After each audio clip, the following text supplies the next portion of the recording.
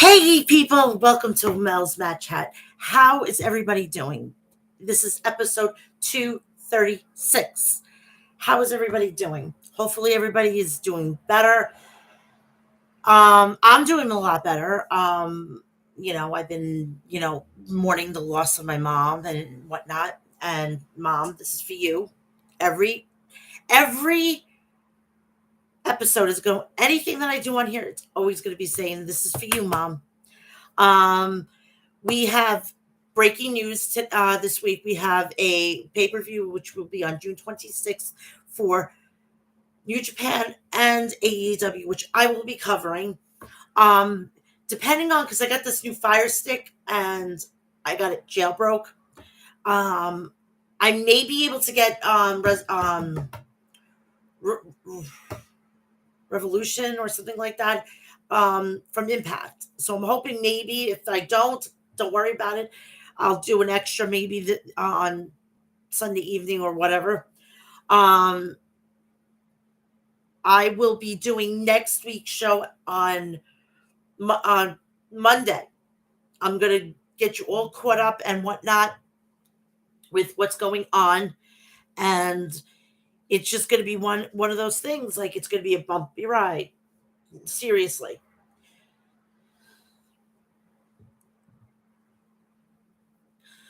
So we are now heading for WrestleMania Backlash, Double or Nothing. And then after that, we're going to be doing that super show with New Japan with AEW. So I'm going to just do this right now, get this over with. When there was rumors what was going on with Cody Rhodes and everything like that, that they were basically, he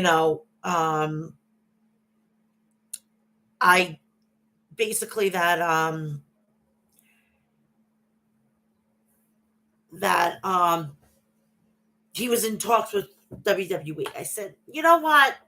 I am going to settle this whole situation. If he comes, I will be his fan, which I have to reluctantly do. And I have to follow him and whatnot. And I also have to, unfortunately, buy a shirt. So I ended up buying the shirt. And I'm debuting it today. Due to the fact is that I got it at the beginning of this week.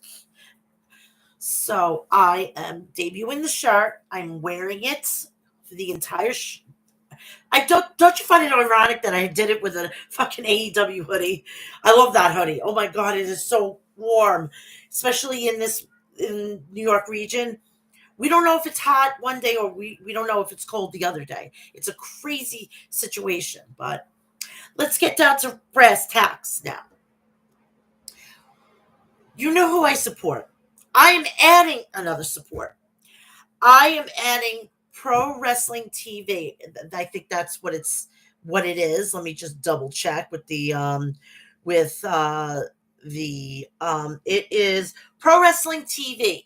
It's on all major streaming apps, including you can get it on the computer, you can get it on smart TV, you can get it on Fire Sticks, you can get it anywhere your a device is connected to the internet. So go check that out. You can look it up on YouTube. They'll give you the link to go get all set up. Download it. It's free. It's great. I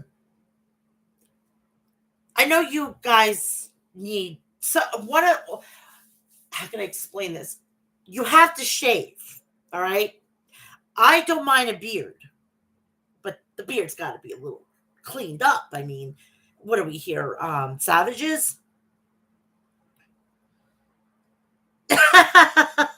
This old helmet, that is hilarious. That is hilarious. So, I like to have my man cleaned, shaven, all manicured here. I don't like a straggly beard. So, you could go to harrys.com, and they are in CVS. They're in a lot of places. So go check them out. Seriously, just go to harrys.com, set yourself up with a subscription, and there you go. Also, my man is going to have a nice smelling beard. I'm not going to be kissing a guy who is going to be smelling. I'm sorry. I have standards. All right. Do yourself a favor. Get him the products that are going to make him smell really fucking nice. And it's Maestro Classics. They've been good to me. I'm always going to shout them out. If you want a good beer product, go check it out. They have oils, they have bombs, they have everything underneath the sun. Go check them out. And plus they have really good merch. I love their t-shirts. They're so super soft. Do yourself a favor. Go get, I'm telling you, if you want to stay up for all this wrestling that's going on, go commit yourself to Death Wish Coffee, deathwishcoffee.com. It's the world's strongest coffee with the lowest acidic rate. Seriously, it's really good. I actually am not a dark drinker. I love medium. I tasted this dark. It was delicious. I only use it when I know that I got to get up super early, like tomorrow, and I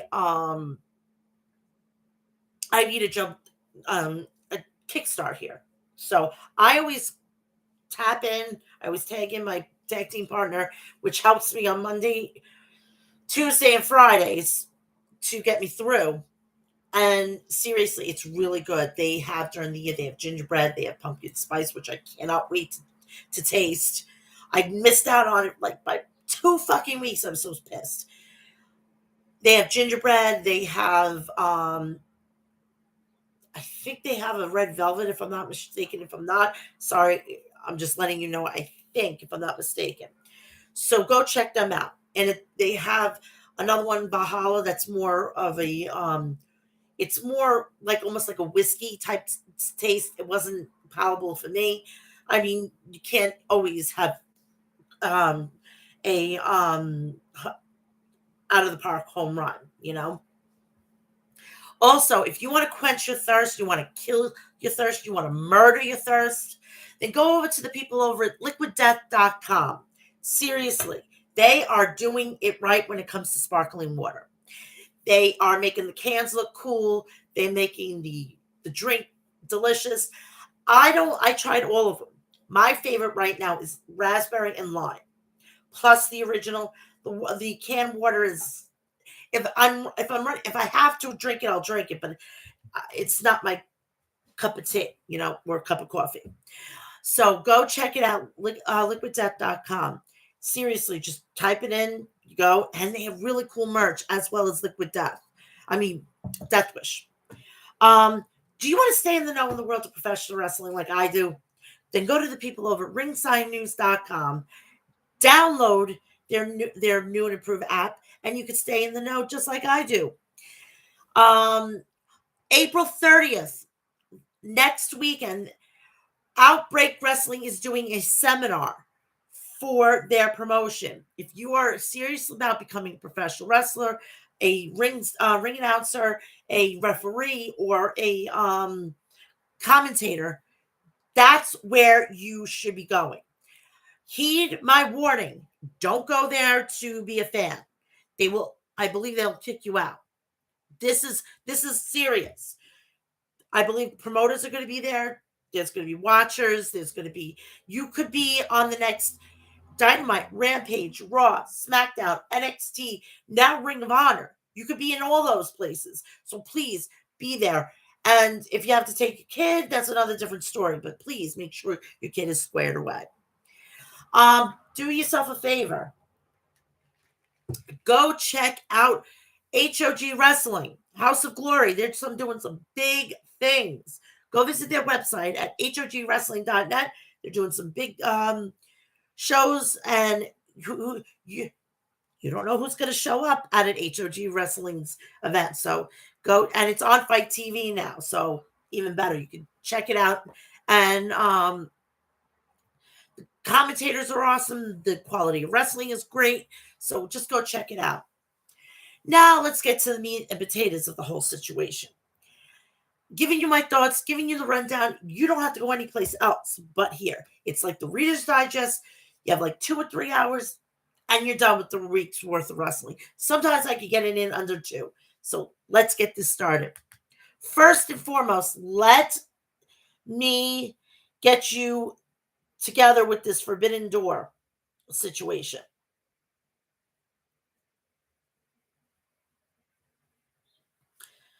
Let's get you with this situation with the Forbidden Door. Tony Khan and the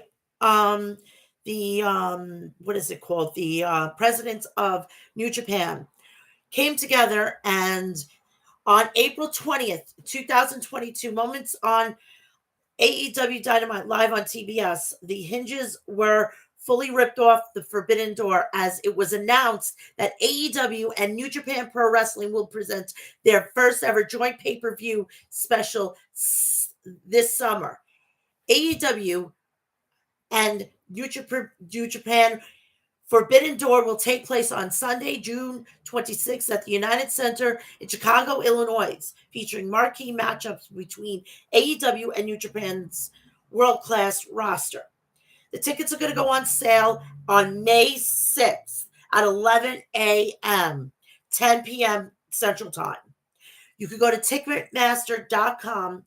Fans in the United States and Canada can watch it on pay-per-view via purchase on the Bleacher Report app or via their local cable or satellite provider. The program will be available with both English and Spanish commentary. The pay-per-view will be available in international markets on Fight TV. Fans in Japan can watch on iPay-per-view on NewJapanWorld.com with live Japanese commentary. As the world continues to reopen, I'm making sure that the Forbidden Door follows suit, and we can finally give fans the dream events they've always wanted, says Tony Khan, CEO, GM, and head of creative of AEW. The United Center was home to one of AEW's biggest events of all time, the First Dance, where CM Punk made his return to wrestling after 7-year hiatus. This summer, fans of AEW and New Japan can expect the unexpected during the extraordinary first of its kind pay-per-view between two incredible companies. As we've done for more than 50 years, the power of pro wrestling can energize people by fulfilling their dreams, and said Takam Obanari, president of New Japan. Now it's quite important mission for us, the pro wrestling industry as a whole. We are not only opening this door, we'll show you that New Japan genuine strong style beyond the Forbidden Door. So this announcement furthers opening the Forbidden Door, coming just over a month after Tony Khan announced that he agreed to acquire the assets of Ring of Honor, and less than 3 weeks after he produced the Ring of Honor Supercard of Honor pay-per-view in Dallas, which was fucking phenomenal, featuring a number of major title changes and Ring of Honor alumni appearances, including Samoa Joe, the Young Bucks, Wheeler Yuta, Jay Lethal, Lee Marinari, Matt Sydal, Sanjay Dutt, and Mercedes Martinez. So, this is going to be a fucking blockbuster fucking pay-per-view, and I cannot wait. So that is that. That starts out everything. Let's start booking those dream matches, people. Let's see if we could be in the mind of Tony Khan and the president of New Japan, and let's see how this goes. But June 26th is going to be a day that wrestling fans can never forget, and I can't wait. It's bringing tears and smiles to my eyes, and this is the first time I'm actually psyched for something. So anywho, let's get through to the actual run through of each of the shows that were aired this week. We're gonna go start off with last week's Rampage. Last week's Rampage was better than SmackDown, to say the very least. I mean, Jesus Christ, I think anything is better than SmackDown, honestly. So, Oh, shoot. I went wrong section of my phone.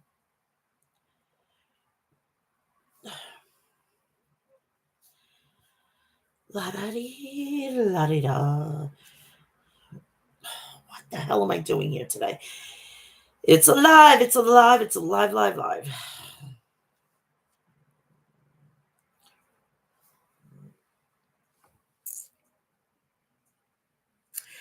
And we are going to go and start with Rampage from last week. And then we're going to go right into Battle of the Belts. And then we're going to go and short up with Dynamite.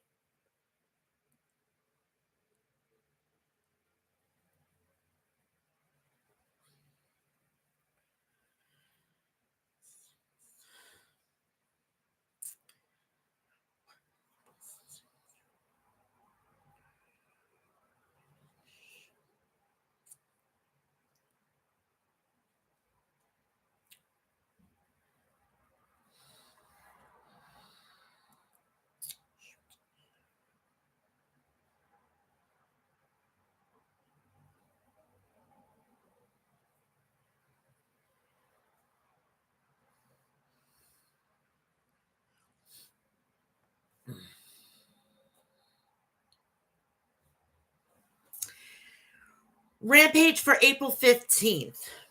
We had a trios tag. We had Blackpool Combat Club, John Moxley, American Dragon Bryan Danielson, and Ring of Honor's pure champion Wheeler Yuta versus the Gun Club, Austin Gunn, Colton Gunn, and Billy Gunn. I just want to let you know that they didn't announce Wheeler Yuta as the Ring of Honor pure champion. That's a little bit sus.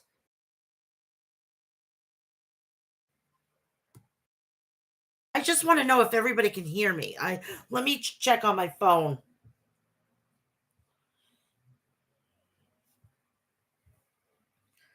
I just want to make sure everybody can hear me. That's all I need to. That's all I need to. Sorry. Because I usually hear that I see this green thing on the bottom. I'm not even worried about it. Let's go back and get this. So we had William Regal join for the commentary team. Yuta got caught with a big right hand across the jaw, and then Austin swept out Yuta's ankle. Yuta countered a flipping net breaker from Austin. Yuta had Austin dropkick scouted too, and Yuta began to ground and pound Austin Gunn. Danielson tagged in and applied the Romero special to Colton. Billy Gunn tagged in, but Bryan cracked Billy with a big high boot in the jaw. Billy fired back with an elbow to Bryan's jaw. Moxley tagged in and wiped out Billy Gunn, and then planted Colton with half and half suplex. Mox back elbowed Austin. Mox nailed Austin and Colton with a paradigm shift. Mox tore up the Gun Club, said Taz. Yuta tagged in and connected with a big crossbody press off the top rope onto Billy Gunn. Mox and Danielson had to neutralize Colton and Austin, who tried to interfere. Wheeler Yuta and Billy Gunn squared off, and Billy slammed Yuta for a near fall. Billy tried for a knee strike, but Yuta dodged it and then used a Okada roll to pin Billy. A tremendous leverage pin from the Wheeler Yuta stops the Gun Club's streak, said Excalibur. We had the Butcher versus Barrett Brown. The chairman, Sean Spears, joined the commentary team for this match. Butcher nailed his opponent with a forearm. Butcher followed up with a huge clothesline in the corner, sending a message to Wardlow. Butcher ended with a high stack powerbomb and pinned Brown. We had backstage the Natural Dustin Rhodes challenged CM Punk to a match on Dynamite, which was fucking great. The Owen Hart Foundation Tournament Qualifier. Ruby Soho versus Robin Renegade. Ruby is on a 10-match winning streak. Robin Palm faced Ruby in the corner, taunting her. Robin yanked Ruby's hair, pulling her down to the mat. Ruby headbutted Renegade and then swept Renegade's leg. As Ruby was popped up on the top turnbuckle, Robin had Ruby scouted and kicked Ruby in the face. Robin's twin sister, Charlotte Renegade, rolled from underneath the ring. Neither Bryce Remsburg or Ruby realized it. Ruby jumped off the top rope, but fresh Charlotte lifted her knees up. Charlotte spilled out of the ring, and Robin rolled out and jumped back into the ring. Still, Ruby was able to finish off Robin, pinning her and advancing in the tournament. These two are being compared to the Bella Twins. Okay? Main event time. AEW World Title Match.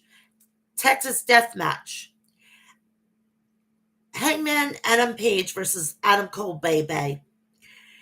The only way to win is by knockout or submission. Page pulled out a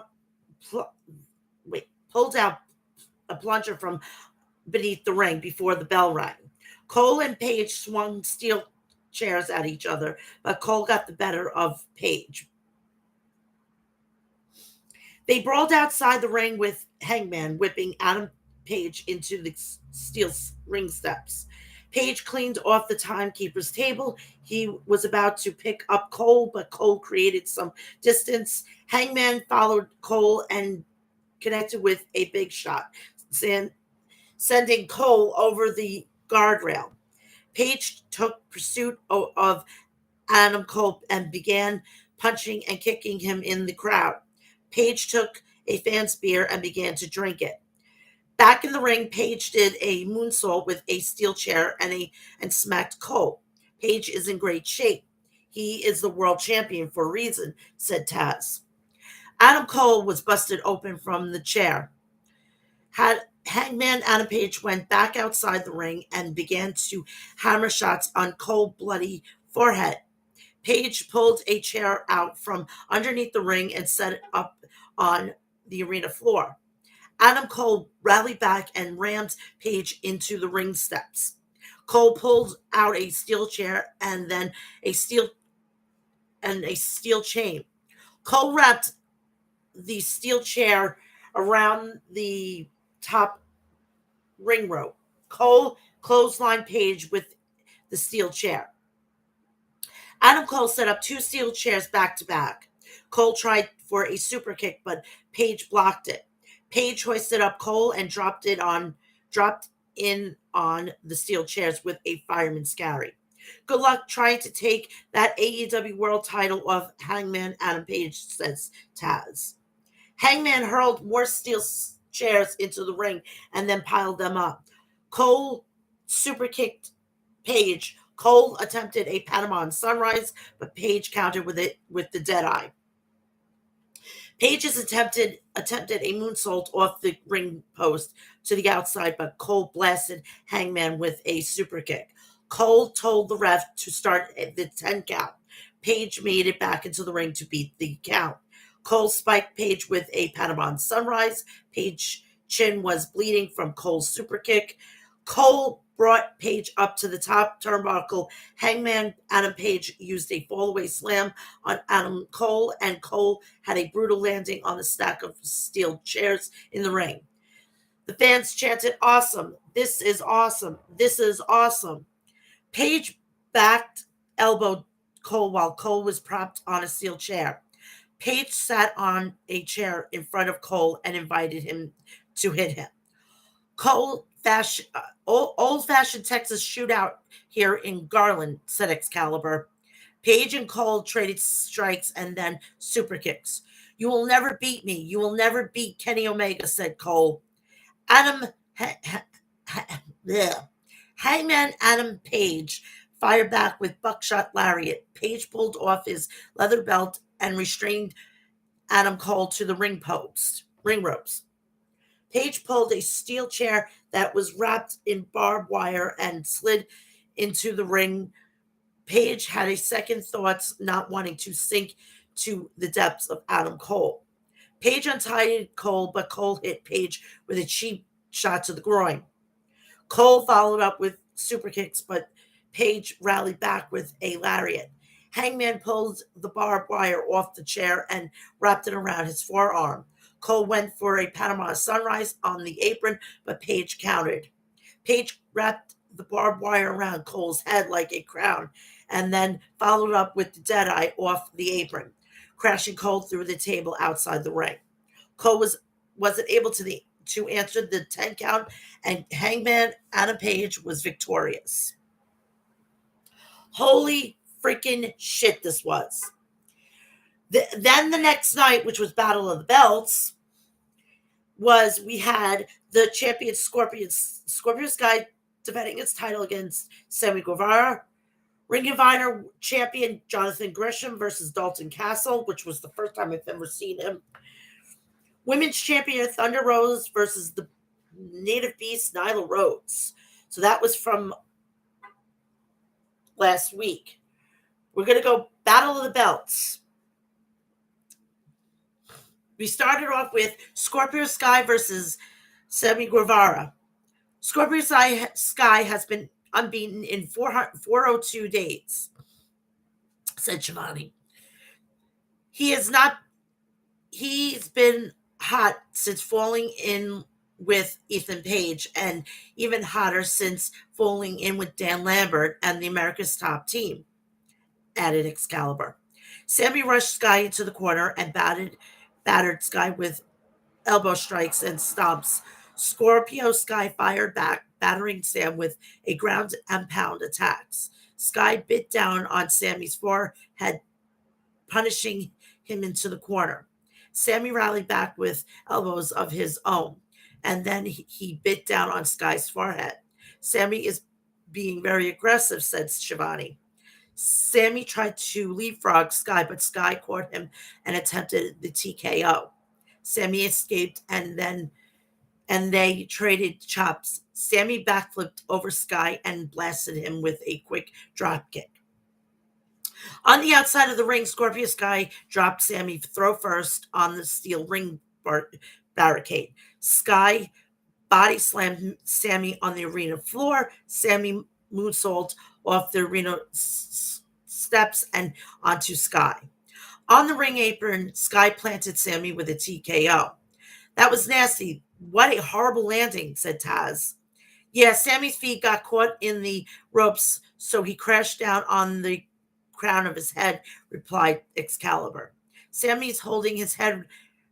He might be out a little bit here, added Taz. Scorpio Sky worked over Sammy in the corner with vicious body shots, like Sammy was a heavy bag. Sky connected with a treacherous neck breaker on Sammy. Sky had a bad intentions and dropped Sammy with a second backbreaker. Sky delivered a third backbreaker and then applied pressure to Sammy's spine. Sky was poised to hit Sammy with a fourth backbreaker, but Sammy escaped, then kicked Sky in the back of the head. Sammy got up to his feet and used a Spanish fly for a near fall on Scorpio Sky. Sammy followed up with a leaping mule kick. Sammy climbed up to the top turnbuckle, but Ethan Page pulls Scorpio Sky out of the ring. Tay confronted Ethan Page, and then Sammy rocked out of the air with the shooting star press on to Page and Sky.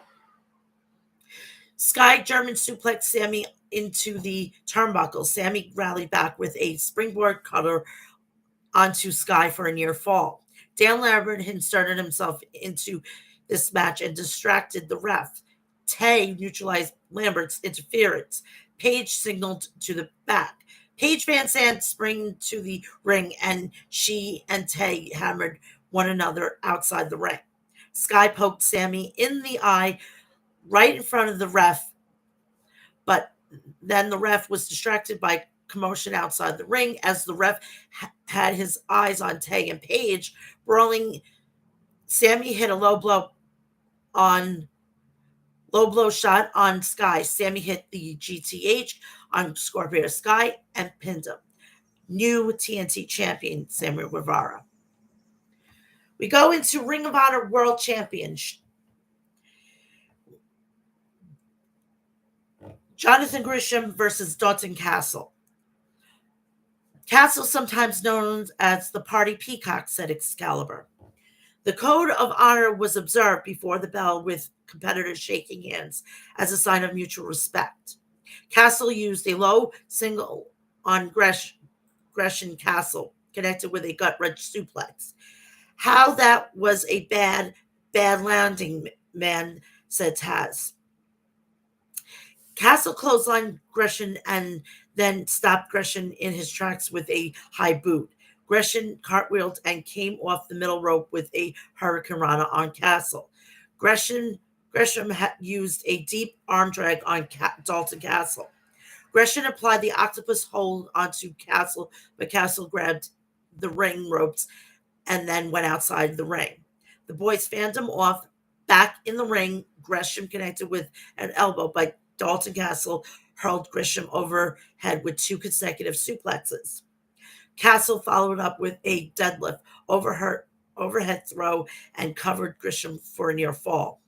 Castle looked back Gresham for a ride with the bang rang, but Gresham countered and cradled Castle for a near fall. Castle fired back with a fierce lariat. Gresham locked in the octopus hold in the center of the ring. Gresham cranked back and scored the win via tap-out submission. That was a great wrestling match, guys. It really was, said Tony Schiavone. After the match, Jay Lethal, Sonya Dutt, and Saddam Singh stormed out to the ring. Singh choke slammed the boys outside the ring. Saddam plucked Dalton Castle out of the air and sent him crashing hard onto the ring steps. From behind, Jay Lethal shocked Gresham with the lethal injection. Saddam bounced Gresham head off the ring mat like a basketball. Lee Moriarty ran to the ring, but Saddam pancaked him. Matt Sydal cracked Saddam in the back with his crutches. Saddam barely budged. Saddam was about to powerbomb Matt Sydal when Ring of Honor champion Samoa Joe, TV champion, came to the ring with a steel pipe to even the odds. Saddam had to be held back by Lethal and Dutt, and they left the ring to fight another day. Awesome fucking match, and I'm liking what's going to be going on in Ring of Honor. AEW World's Women's Champion Thunder Rosa versus the Native Beast, Nyla Rose. Vicky Guerrero was not with Nyla Rose tonight after what happened on Dynamite the other night. Nyla Rose whipped Thunder into the steel barricade. Thunder Rosa launched off the ring post with a huge bulldog on Nyla Rose onto the arena floor. Thunder Rosa sent Nyla Rose crashing into the steel barricade. Thunder Rosa jumped off the top rope with a drop kick to Nyla Rose. The Native Beast fired back with a headbutt. She stomped down on Thunder Rose in the corner. How do you stop Nyla Rose when she's on a roll? Wondered Tony Schiavone. Thunder Rosa jumped off the ring apron looking for a Hurricane Rana, but Nyla Rose countered with a powerbomb onto the edge of the ring. It's hard as hell. There's no give there, observed Taz. Back in the ring, Thunder Rosa and Nyla Rose were battling the big shots. Thunder Rosa finally rocked Nyla off her feet with a big-time stunner. Thunder Rosa dropped a double knee strike on Nyla and followed up with a drop kick in the corner. Thunder Rosa drop kicked Nyla Rose to the outside of the ring. Thunder Rosa connecting with a tornillo to Nyla outside the ring. Thunder Rosa jumped off the top turnbuckle with a crossbody, but Nyla Rose rolled through. Nyla Rose draped Thunder Rosa on the top stand for the top rope guillotine, but Thunder Rosa moved. Nyla Rose attempted the Peace Bomb, but Thunder Rosa countered with a code red for a near fall. Nyla drove Thunder Rosa down to the mat with a jackhammer type maneuver. Nyla attempted a diving senton, but Thunder Rosa moved. Thunder Rosa connected with a Hurricanrana, then rolled up Nyla Rose to score the win over Nyla Rose. So that was that. That was a pretty decent match. I guess Nyla Rose has to, she can't be in the title picture anymore. She's done. She has to start from the bottom again. And I'm not kidding. Fucking goddamn Abaddon deserves a title match before she does. So we had this Wednesday that just had passed. The Natural Dustin Rhodes versus Punk. Coffin match with Darby Allin and Andrade El Idolo. Hook makes his debut. Wardlow versus The Butcher.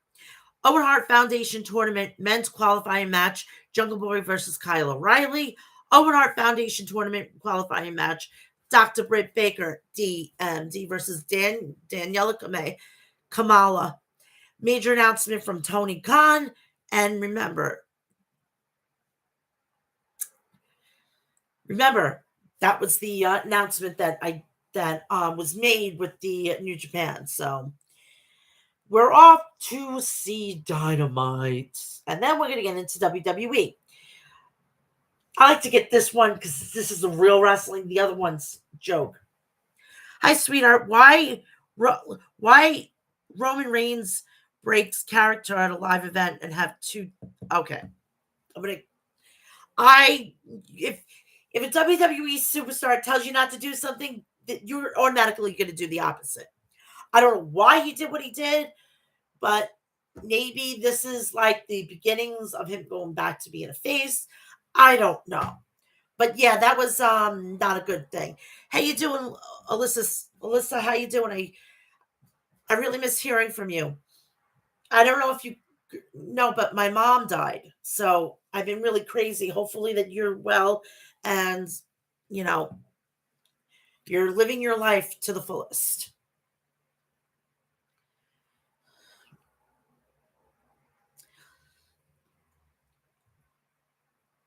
Okay, Dynamite was taking place from the Peterson's Event Center in Pittsburgh, Pennsylvania. We started off with CM Punk versus the Natural Dustin Rhodes. Rhodes was to worry about a highly motivated CM Punk who has AEW World Champion Hangman Adam Page in his sights, said Excalibur. CM Punk and Dustin Rhodes shook hands before the match began as a sign of mutual respect. Punk took down Rhodes with a side headlock. Rhodes countered with a leg scissor. There were dueling chants in the arena. Let's go, Dustin. Let's go, CM Punk. Punk ducked a crossbody press from Rhodes, and Rhodes' momentum sent him spilling out of the ring underneath the bottom rope for a rough landing on the arena floor. Rhodes was holding his knee. Back in the ring, Punk dropped elbows on Dustin's injured knee. CM Punk continued to work on Dustin's knee. Dustin hobbled to his feet, but Punk kicked out Dustin's leg. On the apron, Dustin kicked Punk away and sent Punk onto the steel ring post. Dustin followed up by yanking Punk straight down onto the ring apron with Punk's shoulder taking the brunt of the impact. CM Punk and Dustin Rhodes traded strikes in the ring.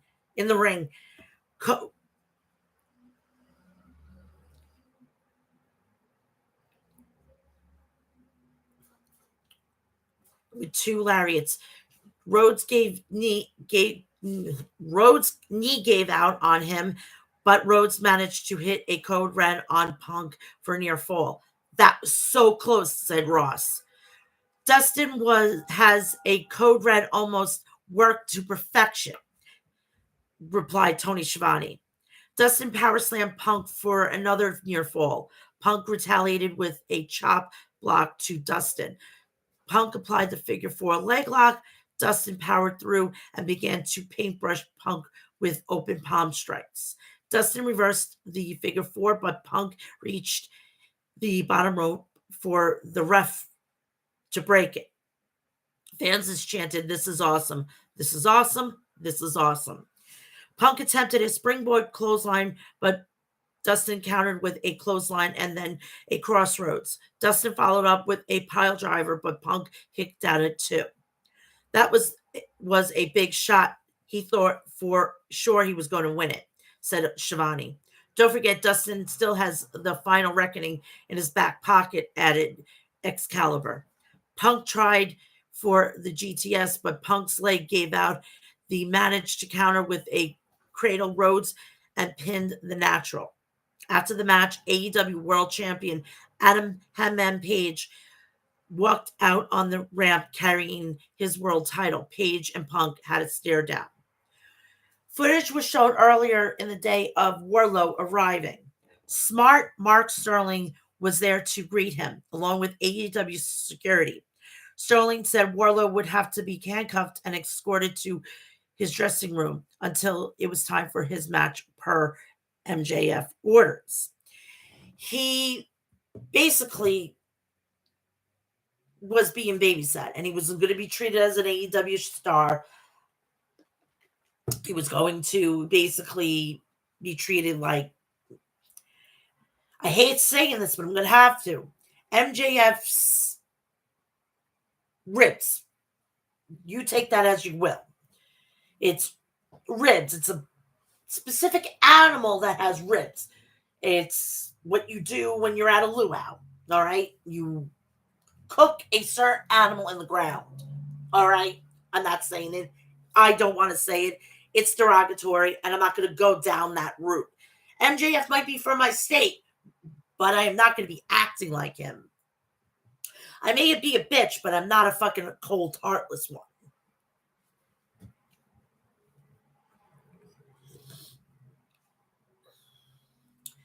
We go to a trios match. Blackpool Combat Club, American Dragon, Bryan Danielson, Jon Moxley, and the ROH Pure Champion Wheeler Yuta versus Dante Martin, Lee Moriarty, Brock Anderson, and we start with Regal joining the commentary booth for this match. The Blackpool Combat Club wasted no time going after their opponents. Wheeler stretched Dante Martin in the ring with a bow and arrow submission. Dante escaped and clocked Wheeler with a high kick. Danielson tagged in and nailed Dante with brutal European uppercuts. Bryan followed up with a running dropkick to Dante in the corner. Dante fired back with dropkicks to Danielson and then to Moxley. Brock Anderson tagged in, but Moxley hit a half-and-half suplex on him. Mox tagged in Danielson, who then dropped a flying knee on the back of Brock's head. Moxley tagged back in and ate a spine buster from Brock Anderson. Danielson and Moriarty tagged in, and Moriarty connected with a big boot to Bryan. Lee and Danielson traded uppercuts. Lee was looking for the Border City stretch on Bryan, but Bryan lifted up Lee and suplexed him. Moxley tags in, and Dante attempted the nosedive, but Moxley caught him and countered with the bulldog choke. All three members of Blackpool Combat Club pummeled their opponents. Mox finished off Dante with a paradigm shift, winning via pin. Wheeler Yuta has taken to the Blackpool Combat Club like a fish to water, said Excalibur. All right, I'm going to bring this up. Darius Martin has another injury. If I was Tony Khan, pay him, get him cleared, and get him out of AEW. You have such a fucking talent with Dante Martin. Unfortunately, you're going to have to cut ties. There's business and there's business. I would cut Darius Martin. Too much liability on that case.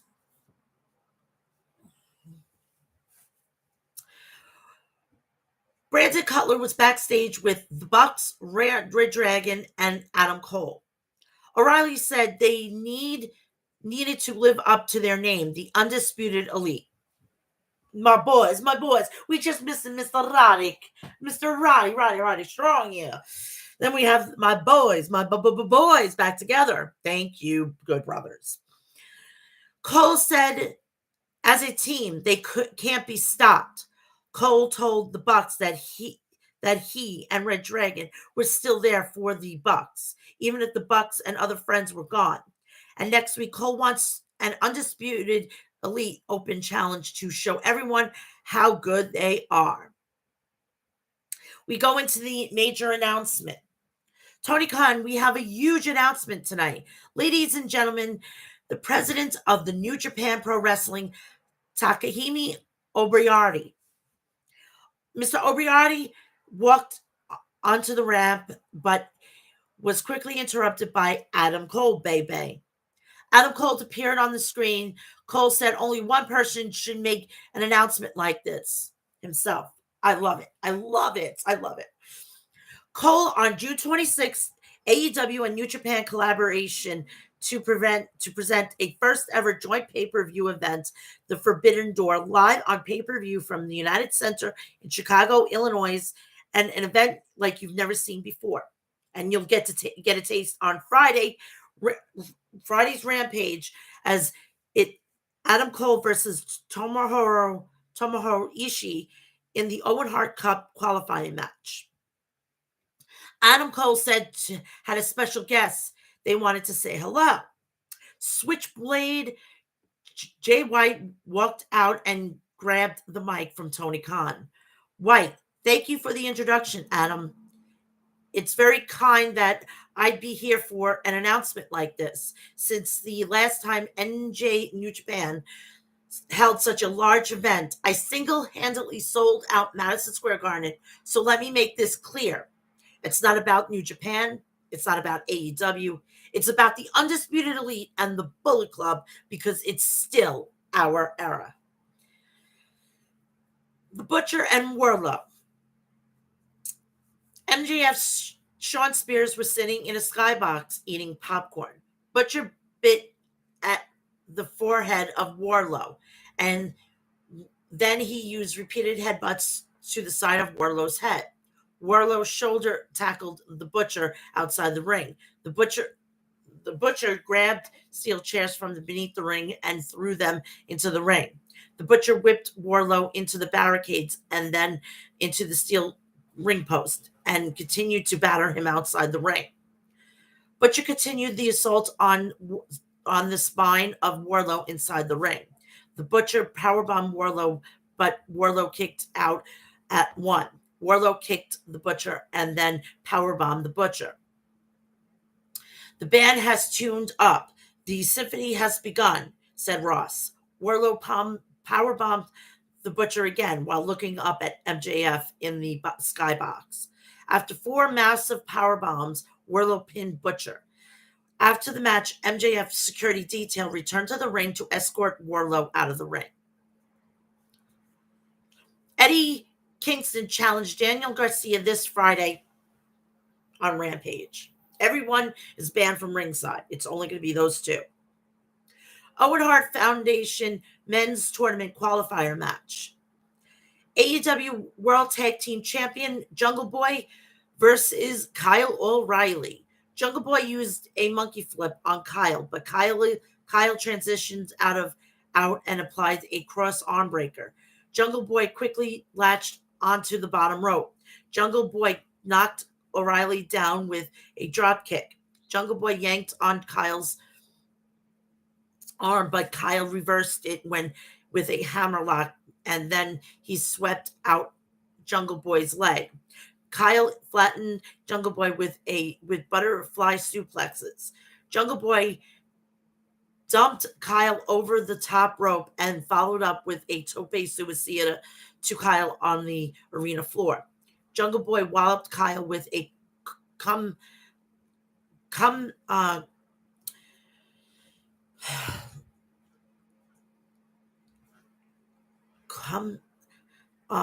a lariat. Sorry, I was looking at something else. Kyle find himself in a spot of trouble here, said Excalibur. O'Reilly used a dragon screw leg whip on George of the Jungle. Watch out for that tree. Oh, you might eat a. Oh, for Najgamia. As Jungle Boy tried to return to the ring, Kyle sent Jungle Boy flying with an exploder, but Jungle Boy rallied back with a lariat.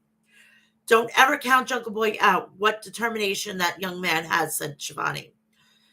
Kyle charged at Jungle Boy, but Jungle Boy countered with a suplex to Kyle, right into the turnbuckles. Jungle Boy hammered right hands into the head of Kyle O'Reilly.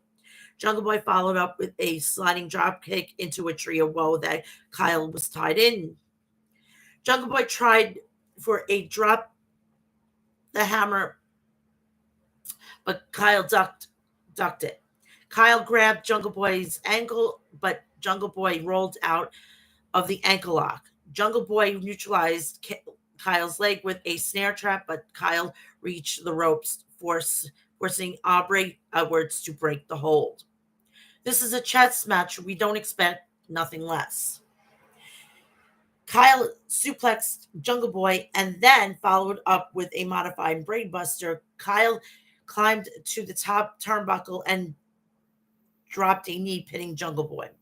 Wow, that was a fight. In his first AEW singles match, O'Reilly walks away a winner and advances in the tournament, said Ross. Christian Cage walked down to the ramp and Jungle Boy apologized for the defeat. Alex Marvez was backstage with MJF and Sean Spears. The Butcher didn't get the job done, but there's a lot more money where that came from. I'm a snake, much like a snake. When I do decide that you're my prey, it only takes one bite. And that's right. Mr. Roberts. Jake the Snake Roberts grabbed the envelope of money from MJF. The Murder Hawk monster Lance Archer slapped the envelope out of Jake Roberts' hand and said, he doesn't want money, he just wants to fight. And everybody does. Hook's Dynamite debut. I'm going to tell you this. He's gotten further than Dominic Mysterio. Don't at me.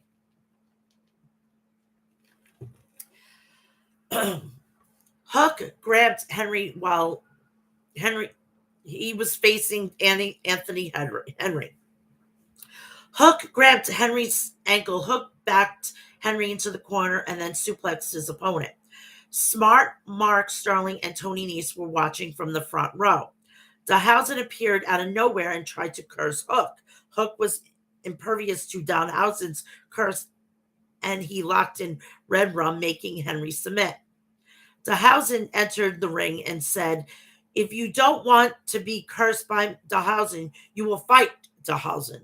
Hook walked away, showing no respect to Danhausen. I guess that's going to be his next match. Scorpio Sky approached Frankie Kazarian backstage. Scorpio Sky, I need one more favor. I need to know you want the TNT championship, but I need to go out there and challenge for it. I promise once I win it back, you'll be the first person I defend it against. Frankie, Scorp, I've always had your back. I will. I always will. I think there's maybe a possible. Okay.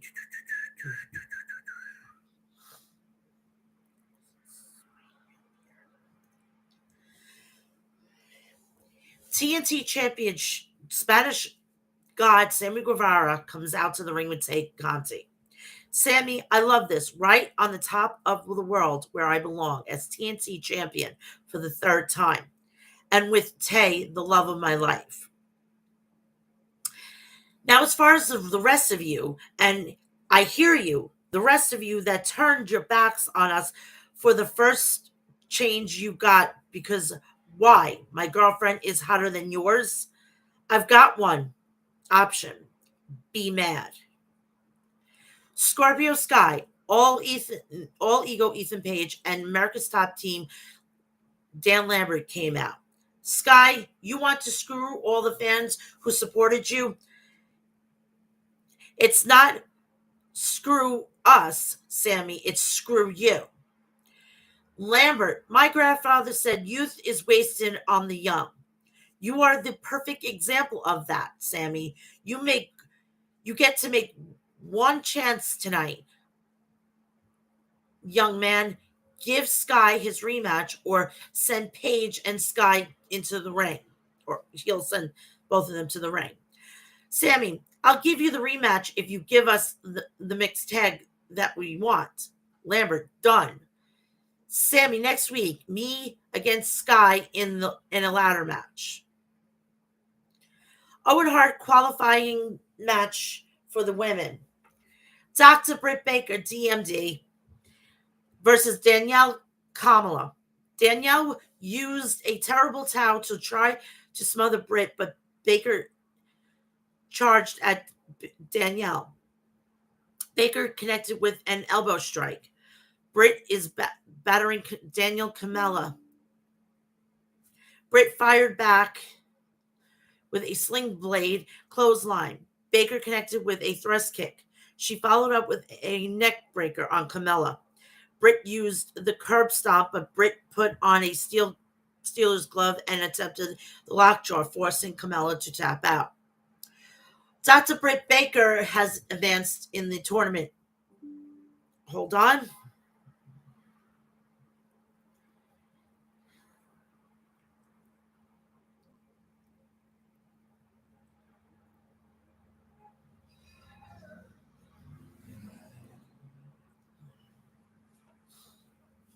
Baker and this AEW women's division is a disaster without me. Ruby Soho needs to run away. Toni Storm will have her face mopped in the ring by Jamie Hayter.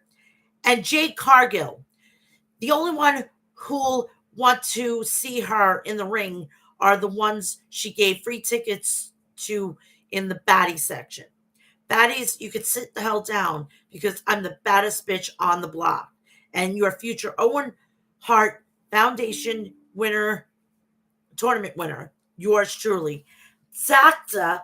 Britt Baker, ZMZ. Coffin match. All right, I'm going to tell you. AEW, come here, Tony. Come on. Come here. Come sit a spell. Let me give you some advice. Make a better fucking coffin. That is, oh my God, that is terrible. You're giving that wooden one that WWE uses top notch compared to that. It looks like something that my son made out of cardboard. All right? And he's got better construction. Whoever does your construction sucks.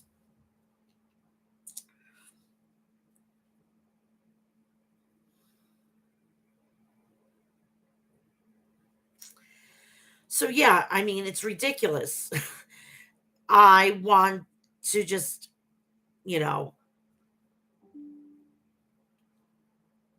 it's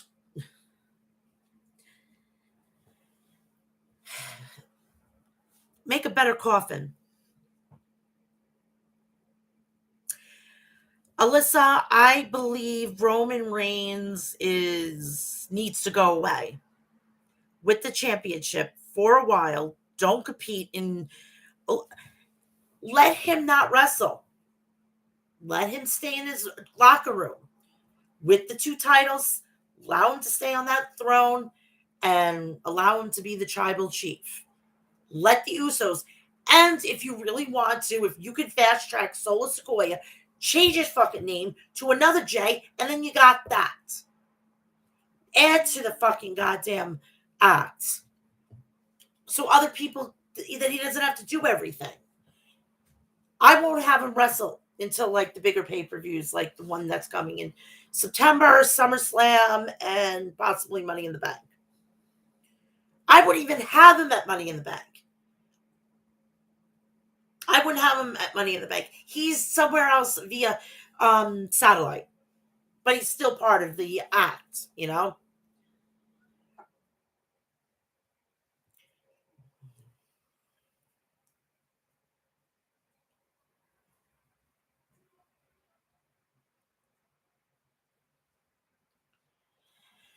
All right, getting back to the coffin match. Darby Allin versus Andrade El Idolo. The Blade tried to grab Darby's skateboard, but Darby pulled it back and whacked Andrade with it. Mark Quinn jumped in and blindsided Darby. It's all legal in this coffin match, said Excalibur. Outside the ring, Darby was thrown into the steel ring barricade by Andrade El Idolo. Sting was in the crowd dressed as well, Sting disguised with a baseball cap and a Sting mask. He came to Darby's aid and evened up the odds. Sting was like a wrecking ball, said Excalibur, as Sting hit Mark Quinn and the Blade with a trash can. Sting climbed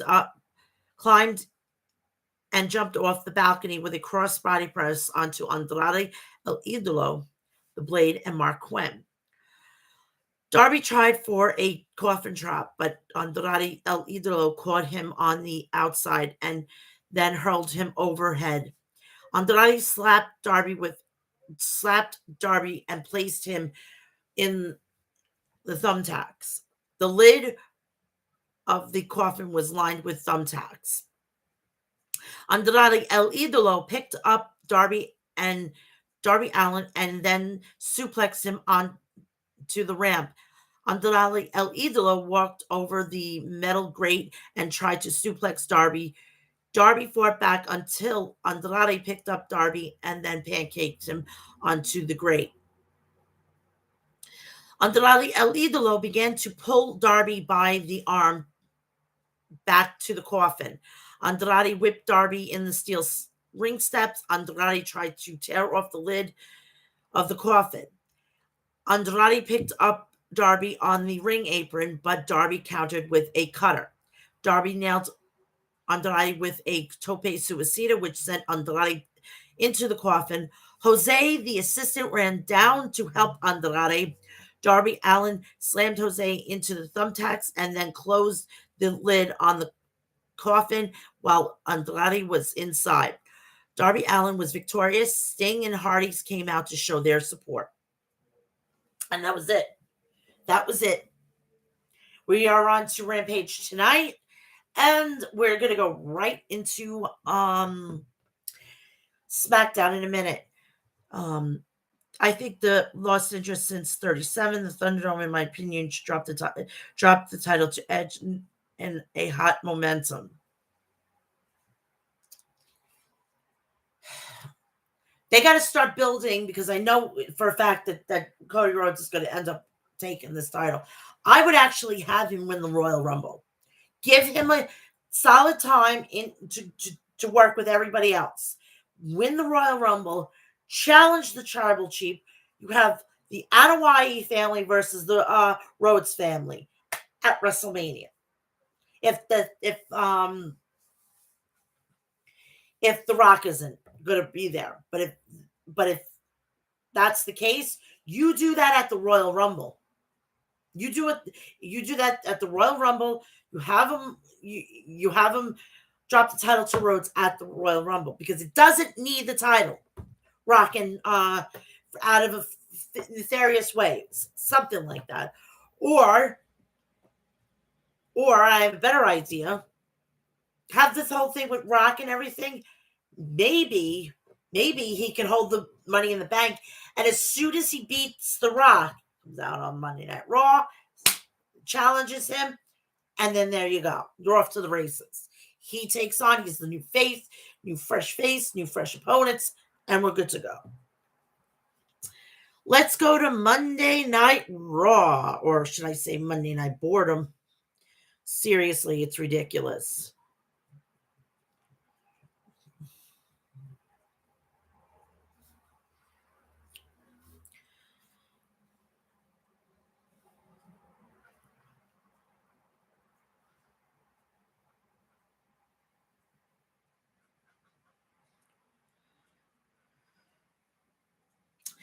SmackDown begins with an appearance from Raw Tag Team Champions RK Bro. Orton says they are there because of the Usos coming to their show and challenging them to a title unification match.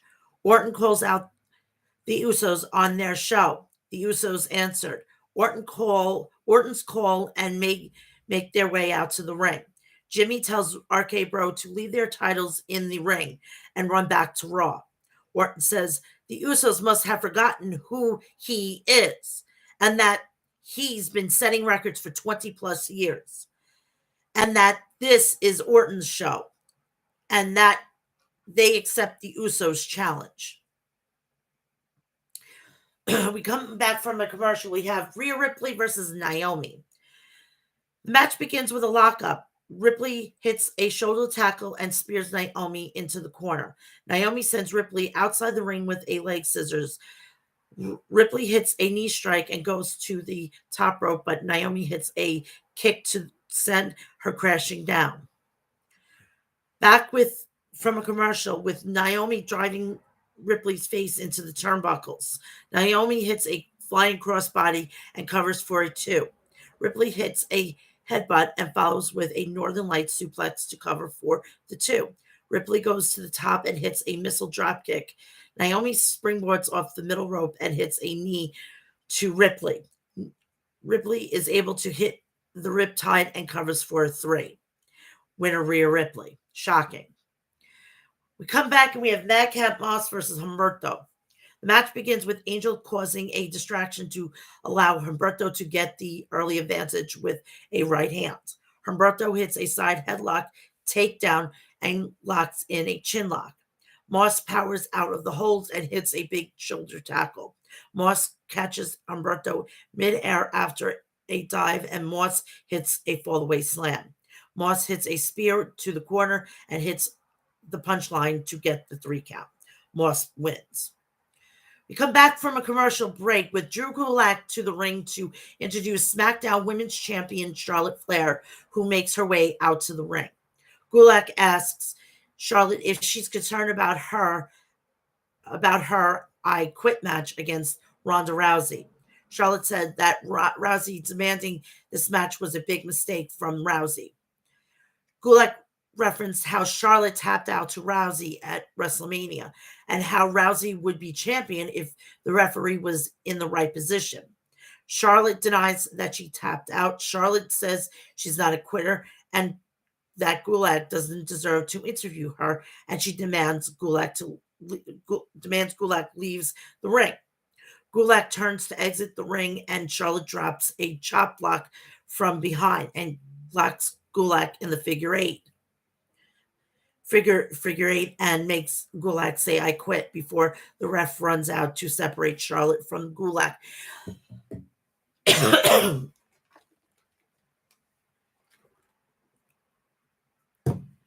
Girl, Alyssa, I have no idea. You know what? I think what he does is he gets up one day, he flips a coin, he's heels. Gets up the next morning, I'm going to be face. This guy is basically two-faced. And you know what? I kind of like it. You don't know whether he's heel or face. You're just there for it.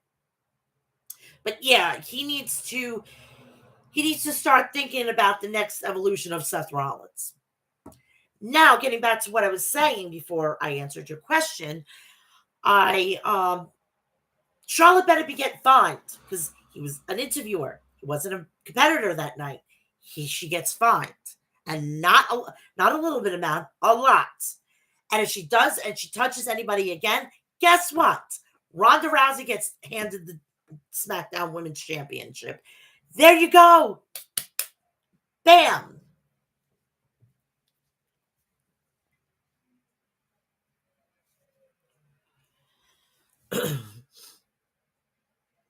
We come back from commercial break. Drew McIntyre versus Sami Zayn. The match begins and Zayn rolls out of the ring instantly. McIntyre follows him and slams him into the barricade and throws Zayn back in the ring. Zayn runs over to the announce table and tries to use Pat McAfee as a human shield, but McIntyre is able to hit Zayn with a right hand. Back in the ring, Zayn gets the advantage with a series of right hands before McIntyre hits a big belly-to-belly throw. McIntyre hits a Glasgow kiss and goes for the Claymore, but Zayn rolls out of the ring. For a second week in a row, Zayn runs into the crowd and loses via countout. We have the Intercontinental Championship. Ricochet versus Jinder Mahal. And here I'm thinking that they're going to give the title to Jinder Mahal, and we're going to see Ricochet on the unemployment line. And we're thinking maybe, Prince Puma coming back to resurfacing. A girl can dream, I know. Or he's heading to that super show. Because let me tell you, I wouldn't mind seeing Pac versus Ricochet. Take my motherfucking money, you know? The match begins with Jinder hitting a series of strong right hands to Ricochet on the mat. Jinder locks in a chin lock and then slams Ricochet into the corner.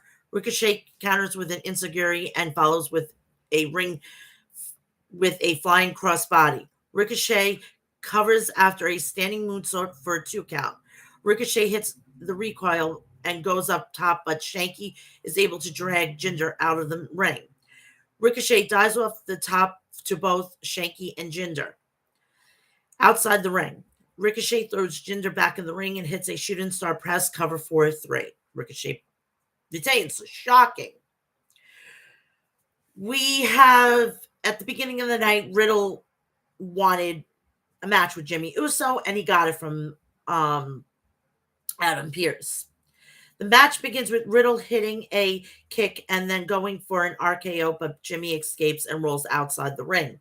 Jimmy hits a lariat back in the ring and hits a hard Irish whip to the corner to knock Riddle down to the mat.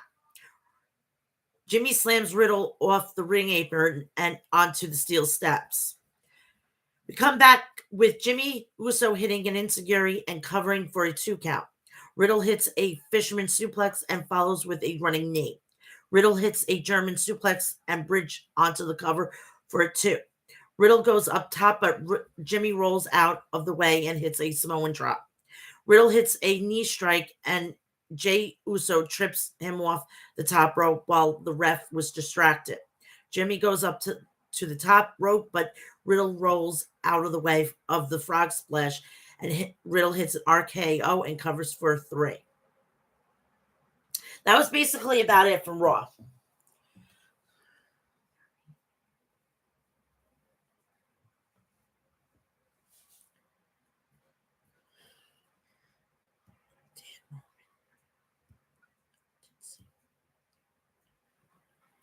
You know these fans. They have freaking cameras all over the place. How the hell are you supposed to, and he knew not to, he should have known not to do that. He should have known. But the tribal chief does what he wants. On to Monday Night Boar.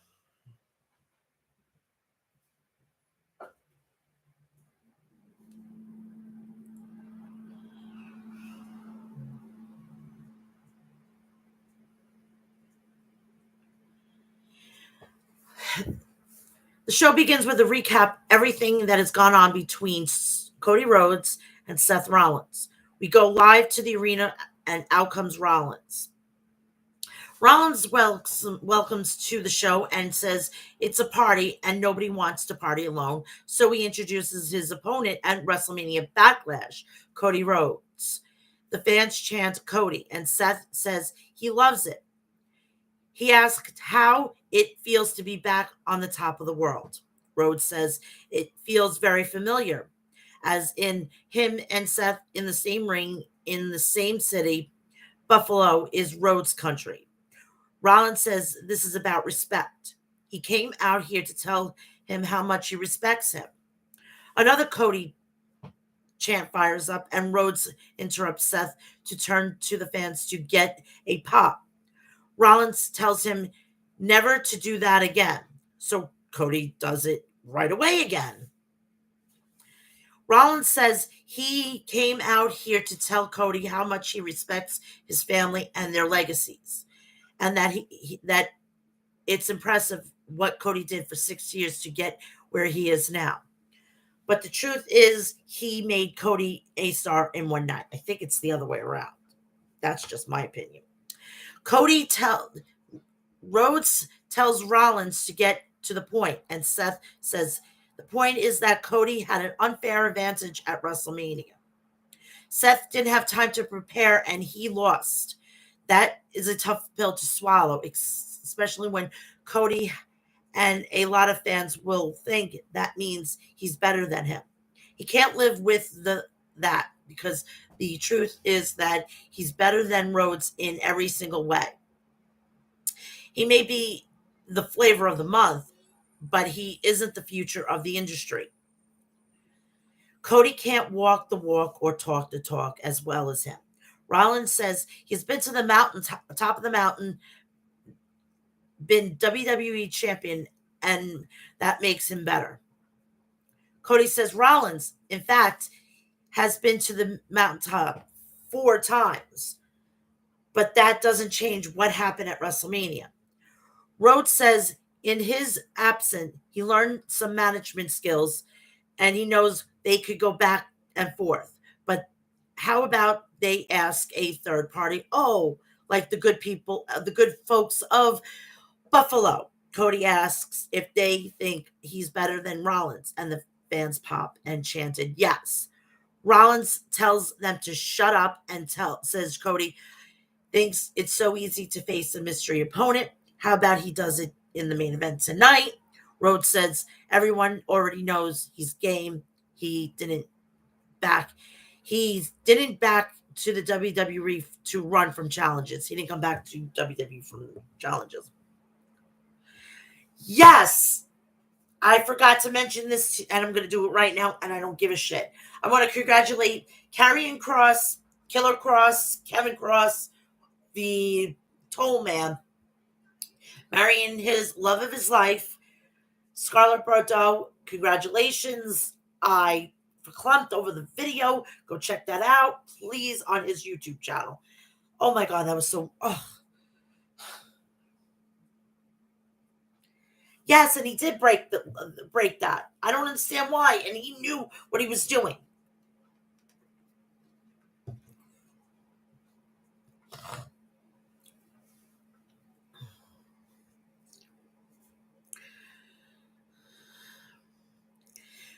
WWE Women's Tag Team titles. Boss and Glow versus Liv Morgan and Rhea Ripley. The match starts with Ripley and Banks, and Rhea forces her into a cover and shoulders her a few times. Morgan tags in Rhea, lifts and slams her onto Banks for a 1 count. Banks fires back with a jawbreaker, then tags Naomi, and they hit a double team eat defeat for a 2 count. Naomi knocks Liv back and tags Banks, who hits a crossbody off the middle rope. Ripley comes in to break the pinfall, but Naomi drop kicks her back out. Liv rolls out, and Naomi and Banks go after her, but Ripley lifts Banks and runs into Naomi like a battering ram. Morgan then slams Naomi while Ripley hits Banks with a riptide onto the barricade as we head to break. We come back, Ripley and Naomi in a body scissors in the middle of the ring. Naomi fights up, but Ripley drops her with a back elbow and tags Liv. Ripley gets Naomi up onto her shoulders, and Morgan takes off with a bulldog from the top rope. Morgan lands some kicks on Naomi and looks for an oblivion, but Naomi avoids it and hits a backslide. Ripley blind tagged in and hits the riptide and pins, but Banks catches Morgan with a backstabber and breaks up the pin attempt. Morgan is knocked out of the ring, and Naomi grabs Ripley from behind. Banks hits a code breaker, and Naomi lands a atomic drop. Then Sasha hits a senton into a pinfall, and the champions retain. Yes, they do deserve better.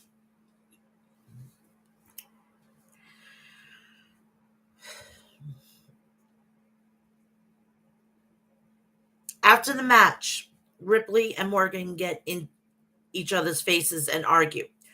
Rhea tells her she's done and turns to leave, but comes back and yells that she failed Ripley, and Liv is never there when she needs her, and Morgan tells her to relax. Ripley attacks Liv and beats her down. Ripley lifts Morgan, hits a riptide, and walks off. We see a replay of last week where Sonya Deville tricked Bianca Belair into signing a contract to face her at WrestleMania Backlash, then attacked the champion. Deville makes her way out to the ring as we head to break. Rio Ripley is stopped backstage after we came back from a commercial. She's interviewed. Ripley simply says, "What entitles you or anyone else to an explanation?" Sonya Deville is in the ring and she says she has heard the chatter within WWE that she's misusing her power by challenging Bianca Belair at WrestleMania Backlash. Don't forget, she is a competitor first and foremost. She was forced into the position of WWE officials until she was able to get back to being a superstar. And when she saw an opportunity, she took it. When Belair won at WrestleMania, she knew that who she wanted to be in the ring with. Deville says people can scrutinize her all they want, but the bottom line is that Belair needed a challenger, and she gave her one. It's nothing personal, just business. And if anyone has an issue with it, Bianca Belair stomps down to the ring, meaning business, still spinning her hair like a child, minding you. Deville warns Belair that there will be repercussions if she gets physical. Bianca says she'll be more than happy to have this match tonight. Now, the board should come back and say, if you take this match, you are resigning as an official. So do you really want this match? Deville says she didn't wait 3 years to have her moment in a rusted suburb of New York. How about they do it next week in Belair's hometown of Knoxville? That way Bianca can have her friends and family there to console her. Deville gets in her face and asks her, what's the matter?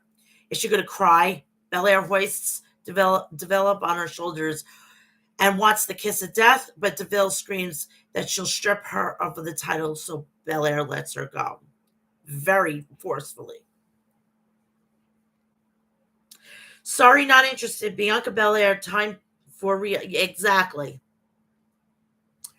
I didn't think Bianca Belair should have won the championship at WrestleMania because she was already a made woman on SmackDown. She didn't need that match. You know who needed it the most? Either Rhea Ripley to repair her fucking damage that Charlotte did, or Liv Morgan to actually put over somebody that really isn't a star. Liv Morgan would have been able to be put into its position that she needed. But they gave it to fucking goddamn Bianca Belair, which she didn't need it. She was already starting NXT. But because the Street Profits, of course, they got to fucking kiss their asses, which I'm getting tired of them. They need to turn heel. They need to fucking goddamn do something because it's getting nauseated.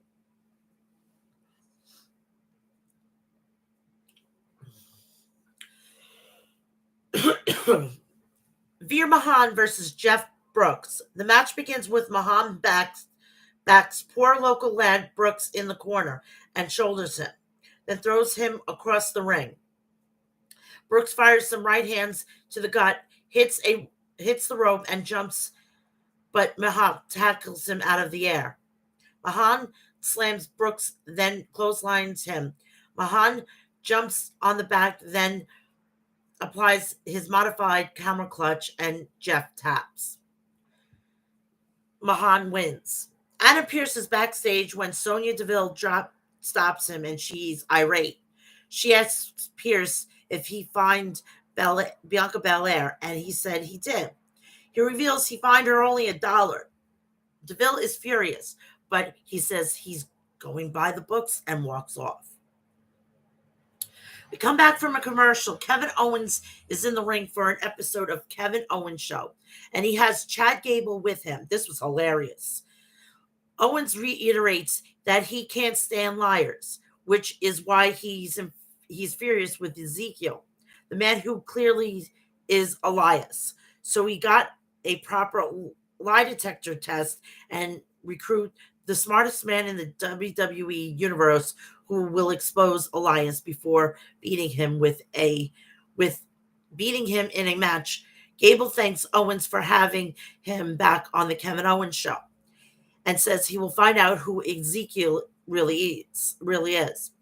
And if he lies, he will beat it out of him. Owens says he loves Gable, loves his brain and his hair, then introduces Elias. Ezekiel comes out to the ring and takes a seat opposite Gable. Owens welcomes him, and Ezekiel says once more, then he is Elias' youngest brother. Owens tells him to admit to it. He used to come out with a beard and a guitar and ask people if they were ready to walk with Elias. Ezekiel says he can't wait to take the test. Before that, he has one question. Who wants to speak with Zeke? Owens gets mad and says that just the same as walk with Elias. Then tells Gable to hook him up to the lie detector test. Gable tells the fans to shush. Then asked Ezekiel a couple questions to get a baseline. Gable then asks Ezekiel if Gable Stevenson is a spoiled brat and gets angry. Owens tells him to calm down because he's paying him 150 Canadian dollars. Gable and asks Ezekiel if his real name is Elias. He says no, and the machine says he's telling the truth. Owens cannot believe it. Gable then asks Ezekiel if Elias is his older brother, and he says yes, he's telling the truth. Owens asks him again and accuses Gable of getting paid off. Gable says he's a man of academic integrity, and the machine tells the truth. Owen tells him to get out of the ring because he's useless. Ezekiel says he's tired of being called a liar by the biggest liar in WWE. Ezekiel says this is a big moment for him because he's about to have his first ever match in WWE. Owen says he doesn't care if his first match is in Canada's landfill. The fans boo and Owens mocked them. Owen says he's going to admit he's Elias or else. Ezekiel says, or else what? And Owens walks off. Gable attacks Ezekiel from behind, and the match is up next. So it's Ezekiel versus Gable, Chad Gable.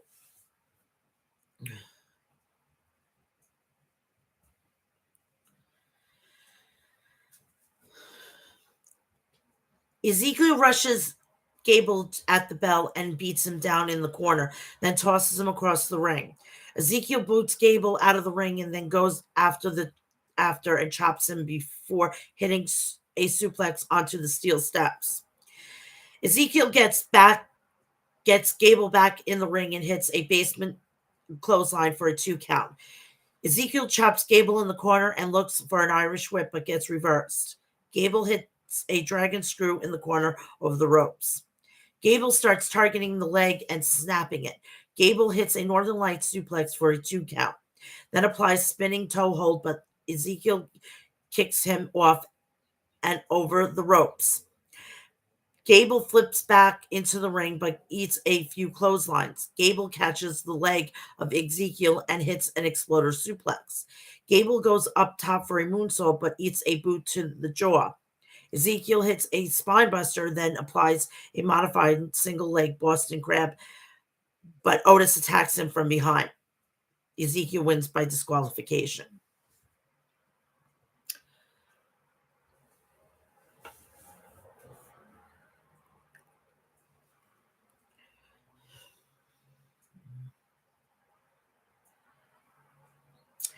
We see a lengthy replay of the goings on between the Usos and RK Bro.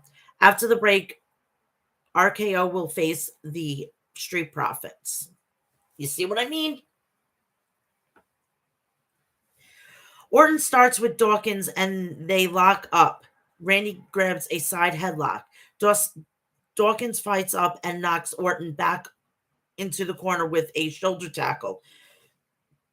Orton lands some right hands and tags Riddle, and the two of them stomp the limbs of Dawkins before Randy flips Riddle onto Angelo for a 2 count. Ford blings blind tags in and takes Riddle down with a drop kick. Ford hits a back suplex and goes to the top rope, but Riddle leaps up alongside and hits a Spanish fly.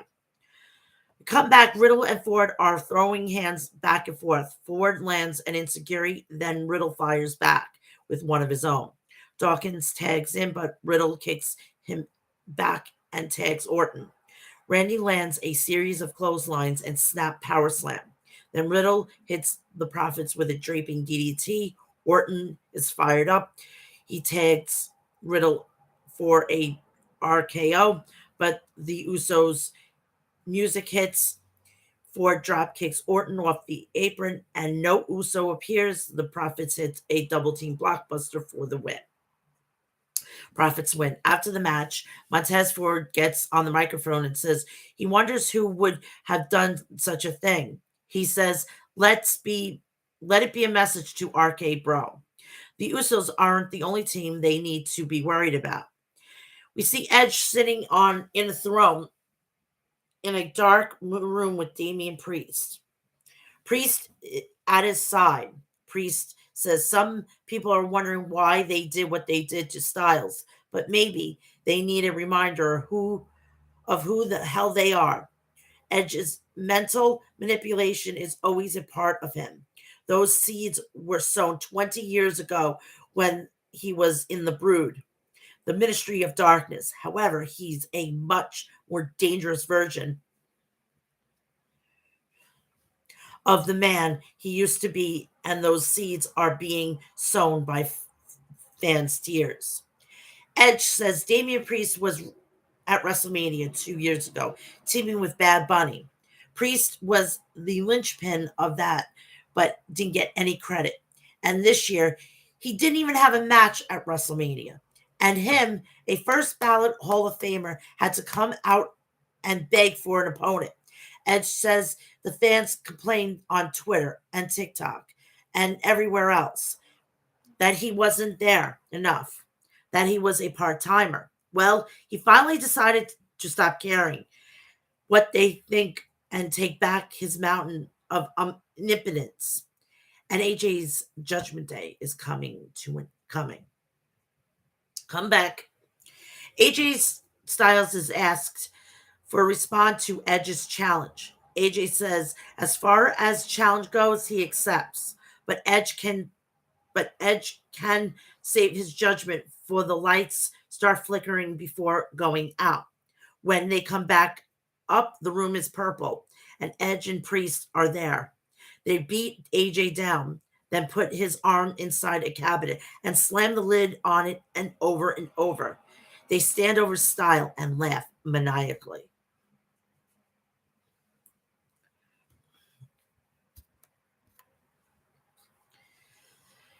WWE United States Championship match. Finn Balor versus Austin Theory. I'm saying his fucking full name because this is bullshit. The match gets underway and Theory grabs a wrist lock and takes Balor down.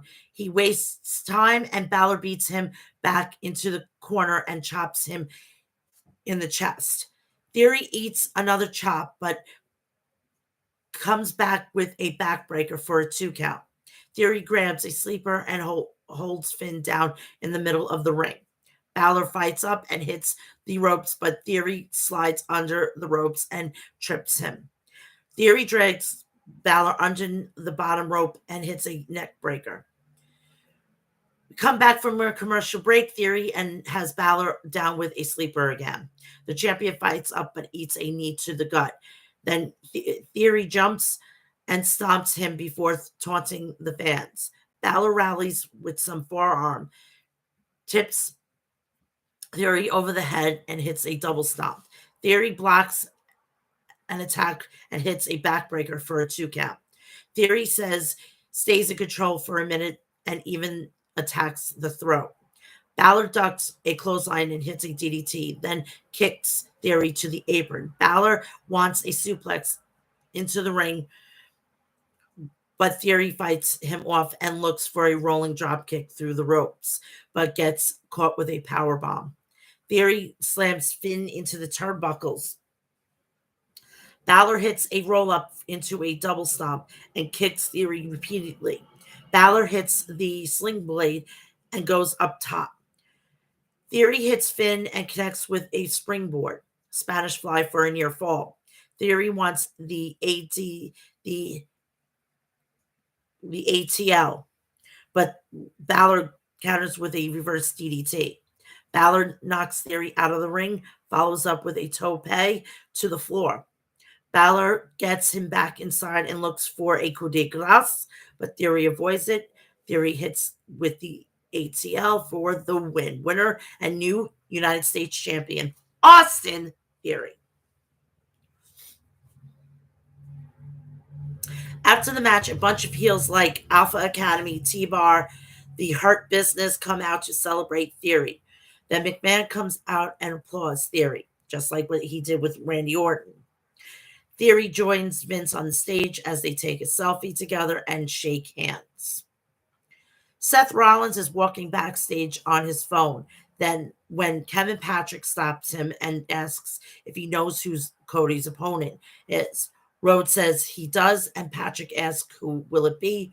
Rollins asks if he's dim, and says the whole point is that Cody won't know who's facing him until the person walks out.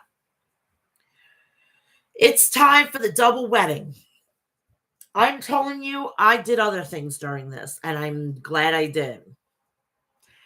It's time for the double wedding. Reverend R-Truth comes to the ring, which is all set up for the ceremony, and the 24/7 championship is sat on a podium outside the ring. There's a bunch of people there as witnesses.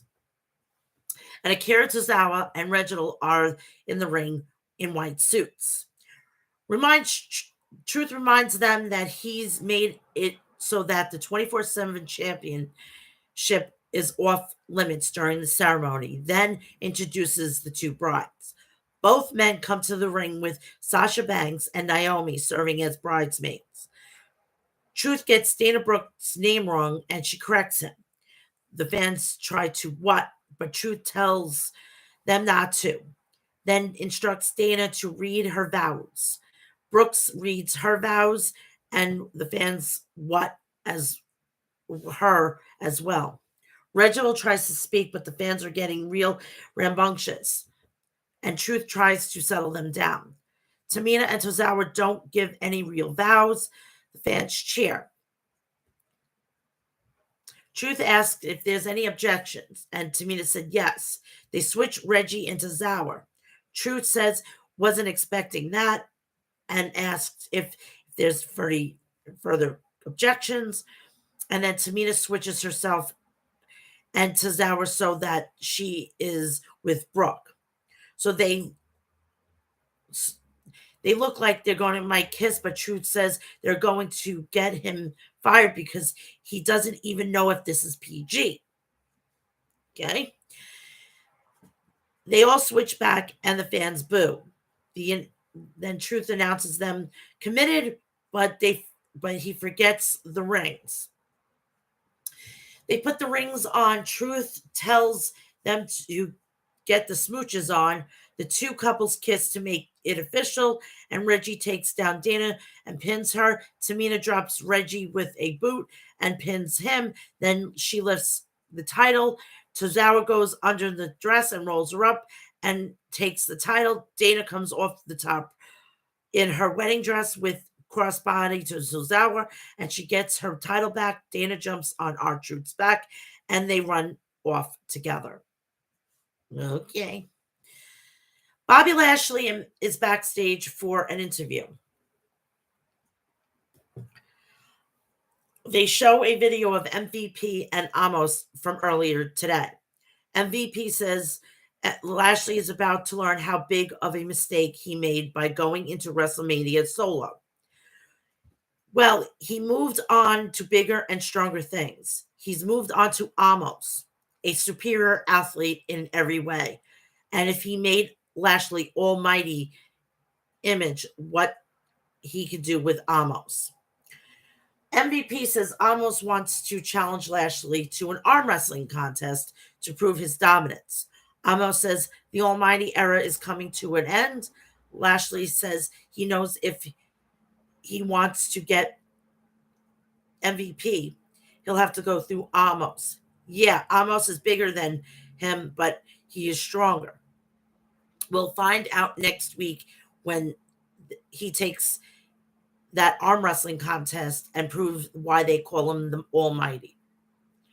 Cody Rhodes makes his way to the ring where he will face a mystery opponent for Seth Rollins. Opponent of Seth Rollins choosing next.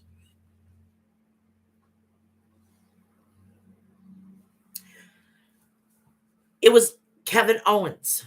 The bell rings and they lock up with Owens, taking a side headlock. Owens transitions to the back and Cody gets himself out by taking the wrist, but KO kicks him in the gut.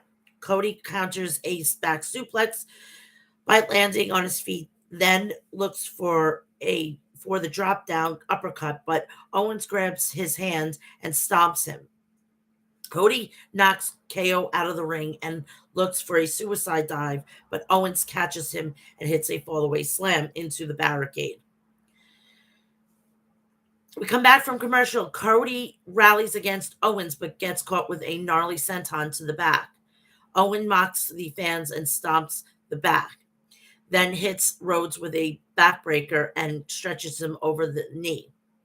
Owens puts Cody on the middle rope and drives a knee into the back. Owens suplexes Cody for a 2 count.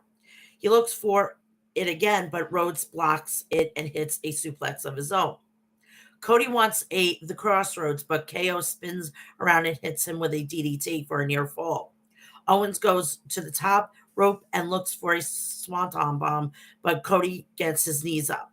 Both guys roll out of the ring, and Cody runs around the ring and tackles KO over the announce desk. Seth Rollins comes dancing back out and watches the rest of the match. We come back from commercial break. Both men battling on the top rope. Owens headbutts Cody off and hits a frog splash for a near fall. Rhodes with a small package for a near fall. Then Owens wants a pop out powerbomb, but Cody counters with a Frankensteiner. Cody ducks a clothesline and connects with a super kick. Then Owens hits one more and both men go down. Rhodes runs and this time Owens connects with a pop out powerbomb for a near fall.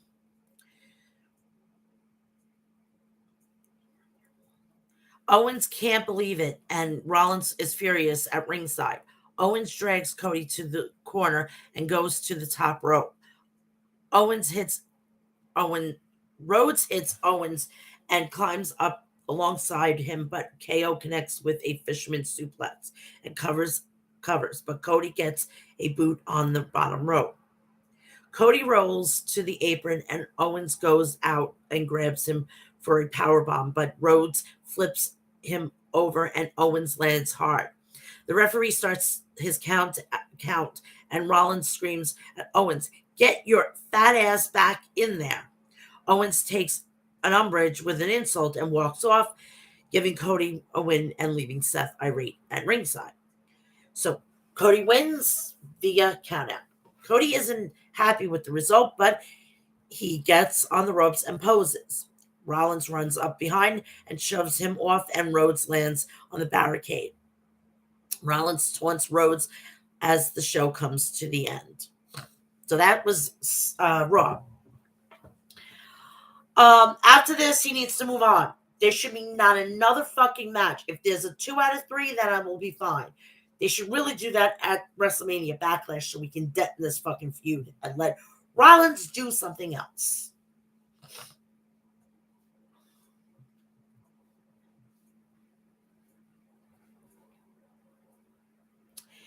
NXT 2.0. The show opens with the new NXT Tag Team Champions, Pretty Deadly, making their way to the ring. While they are on their way, we see Braun Breaker entering the building. Elton Price says last week Pretty Deadly burst through the doors of NXT and took the show by storm. Kit Wilson says they're dominated NXT UK, but they decided that scene was pretty drab. So they came to America and took the titles on their first night. And they beat the 4 best teams to do it. The Grizzly Young Veterans come out and they're angry. They didn't even get the title match last week. Gibson says the only reason Pretty Deadly had any success in NXT UK is because they left. Drake says they're on. Drake says they are sick of waiting at the back of the line. They're taking what they want.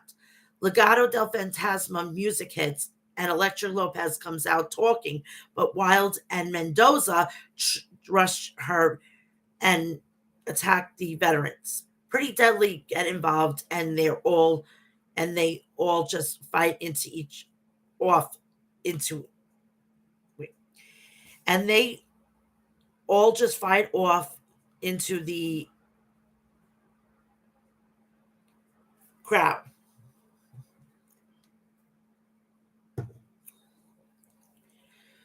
Braun Breaker comes through the crowd and over the barricade. He gets in the ring and says Joe Gacy wants to know what he's made of. Well, how about he come out with his father's Hall of Fame ring? He'll show him. Gacy appears on the big screen and tells Breaker he's not hard to find, so come and get him. Breaker walks to the back. We come back from commercial. We see Santos Escobar talking about Carmelo Haynes from his home. He says Haynes was never worthy of being the North American champion, and he needs to go to the back of the line. Trick Williams and Carmelo Haynes are backstage, and Haynes says Escobar is in a league of his own. But he's crazy if he thinks he wasn't worthy. He doesn't go back. He doesn't go to the back of the line. He created the line. Hayes says tonight Santos becomes the first casualty of his return to the top. Tiffany Stratton versus Sarray. Sarray needs to go back to Japan. Everybody from Japan needs to go back to Japan, okay? Because they're going to be floundering and they're not going to be used well on the main roster. These allergies are killing me. The match gets underway. They get into each other's face and talk trash. Sarray swings. Stratton ducks and grabs a wrist, but Sarray flips out and hits an arm drag. Sarray catches Tiffany with a rolling trip and goes into a knee bar.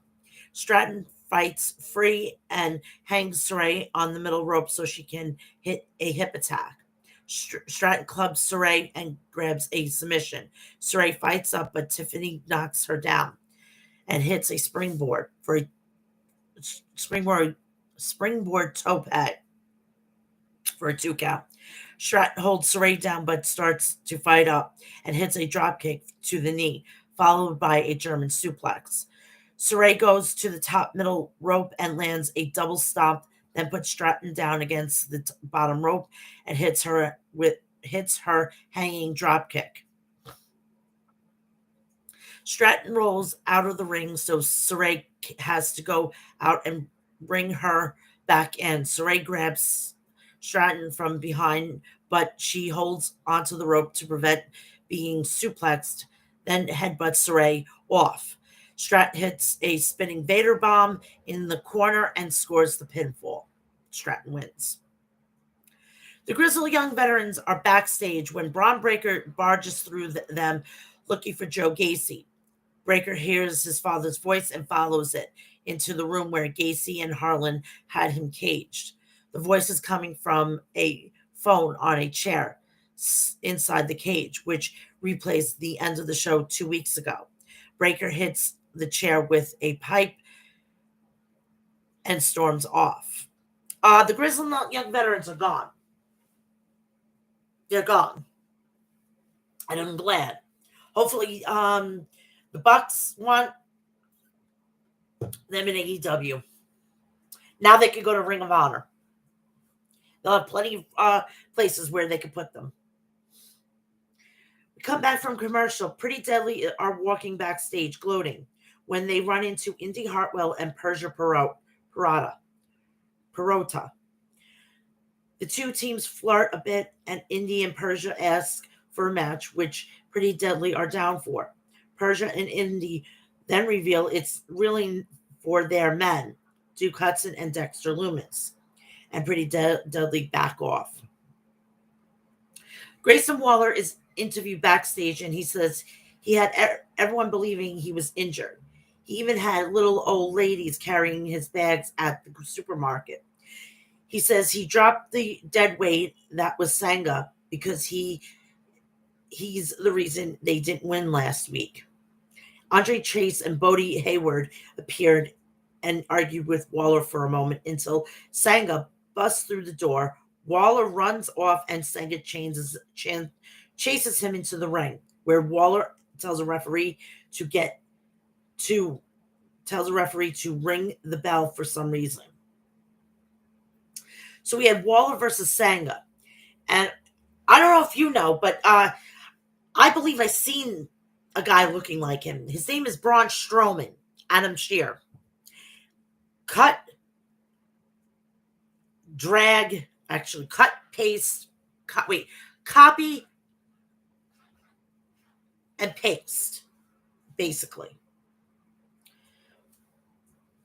The match starts and Sanga throws Waller across the ring 4 times and the fans are loving it. Waller hits a drop kick to the knee, but Sanga drops him with a shoulder tackle. Sanga clubs the back of Waller against the ropes, then whips him hard into the corner. Waller hits Sanga in the face and runs at him, but gets caught with a sidewalk slam.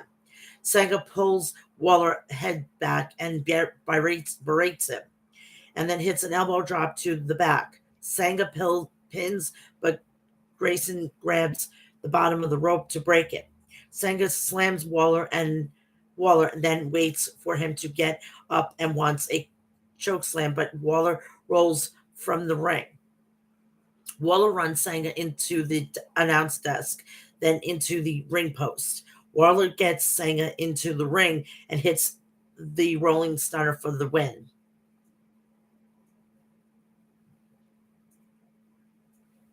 Waller wins clean. Cora Jade cuts a promo in which she shows a picture of her with Natalia. Then when she was a kid, she says, "You should never meet your idols, but Natalia is everything," she thought, and more.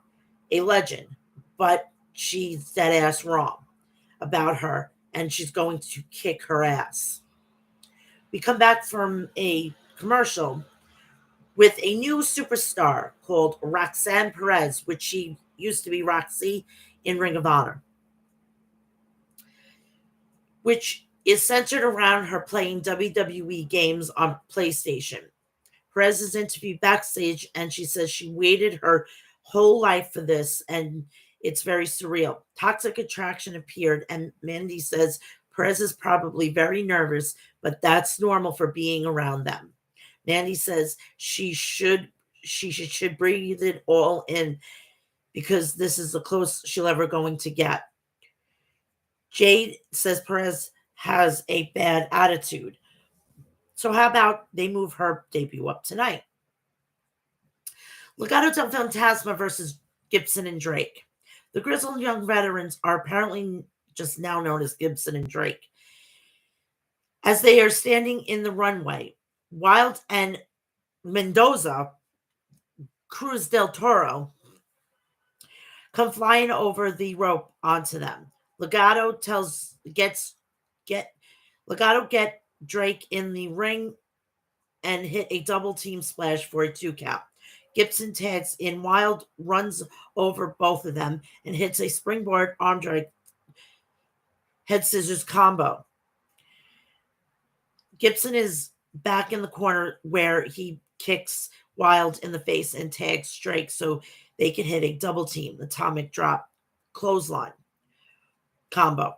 Drake and Gibson hit poetry in motion to knock Mendoza off the rope. Then Gibson beats Wild down. Mendoza gets the tag and hits a fury of offenses to Drake and Gibson. Mendoza takes Drake to the top rope and doesn't see Gibson blind tag in. Then hits Drake with a super Frankensteiner. Gibson rushes and attacks Mendoza and as he pins Drake. Wild comes in and hits a DDT to Drake, then leaps over the ropes and onto Gibson. Legado isolate Drake in the ring and hit him with a high-low for the win. Legado del Fantasma picks up the win. Wesley interviewed backstage. He says the last few weeks have been chaotic and rough. He's got a lot of doubt and he feels lost. Zion Quinn interrupts and says the real problem is that Lee doesn't run it straight. Lee says Quinn sounds cool, but he has no idea what that means. But it's not time for a lecture. Quinn says he's right. It's time for a lesson, says Lee. He may have a lot of doubt, but he feels at home in the ring. And facing Quinn in the ring may bring some familiarity to the chaos. More Zion Quinn on my TV. Gorgeous. Hot, sexy. I'm wondering what they put in the water down under. And yes, I just said that, so don't fucking at me.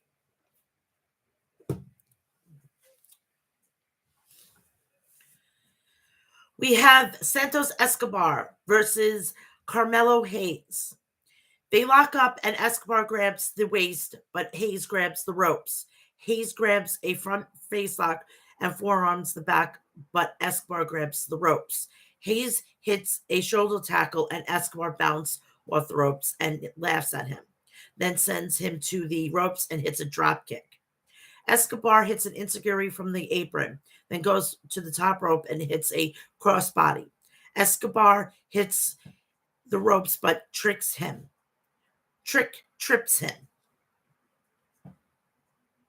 allowing Hayes to hit a springboard clothesline. Carmelo flips over Santos' back and hits a pump kick and a spinning net breaker. Hayes taunts the fans as we head to the break.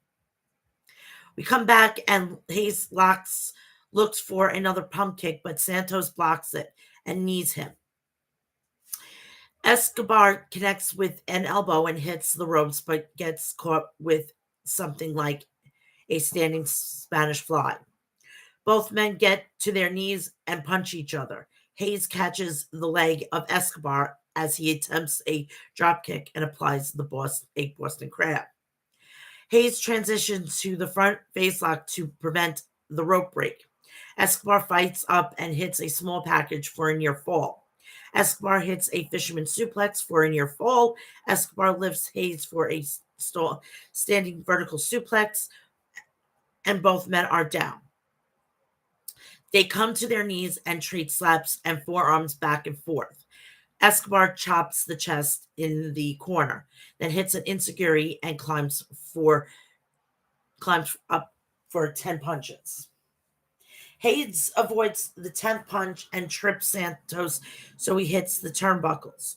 Escobar hits some forearms and a pump kick, then throws Carmelo over the ropes. Santos hits a suicide dive before getting Hayes back in the ring. Suddenly, two dudes in suits and fedoras appear at the ringside and hit Santos with a crowbar,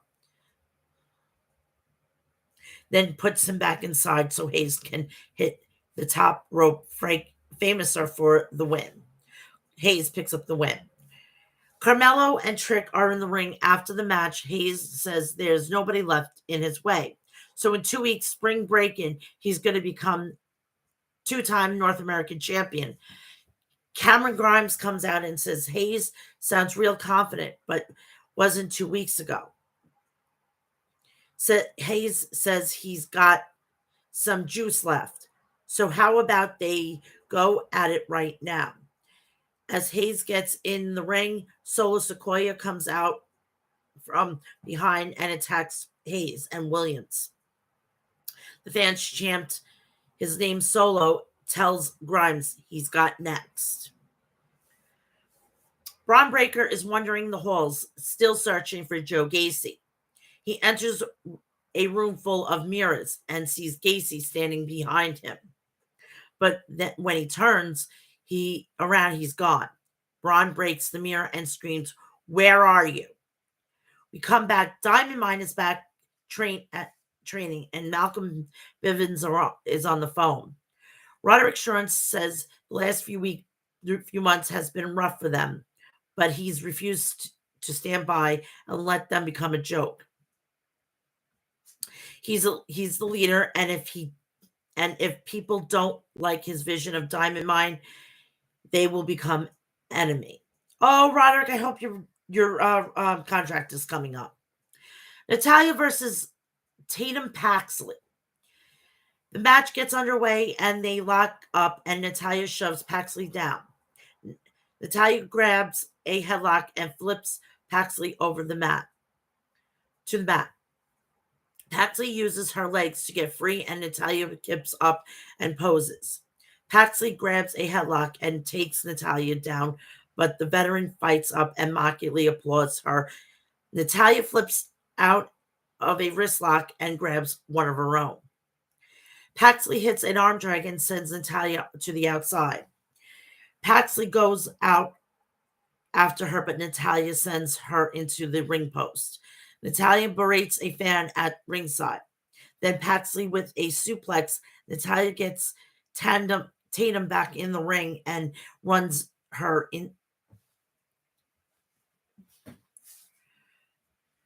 into the corner. Paxley kicks her away and connects with some back elbows, then suplex.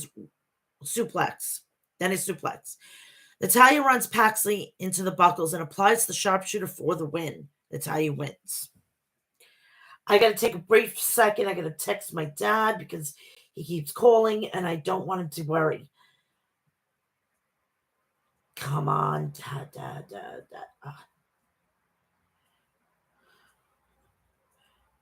Doing my show. Call you later. I don't want my poor dad to worry, especially with the death of my mom. He doesn't want to worry about me, and I totally get it. Tony D'Angelo walks outside the arena, and he's asked if he had anything to do with the attack on Santos Escobar earlier tonight. D'Angelo is offended about everything being asked.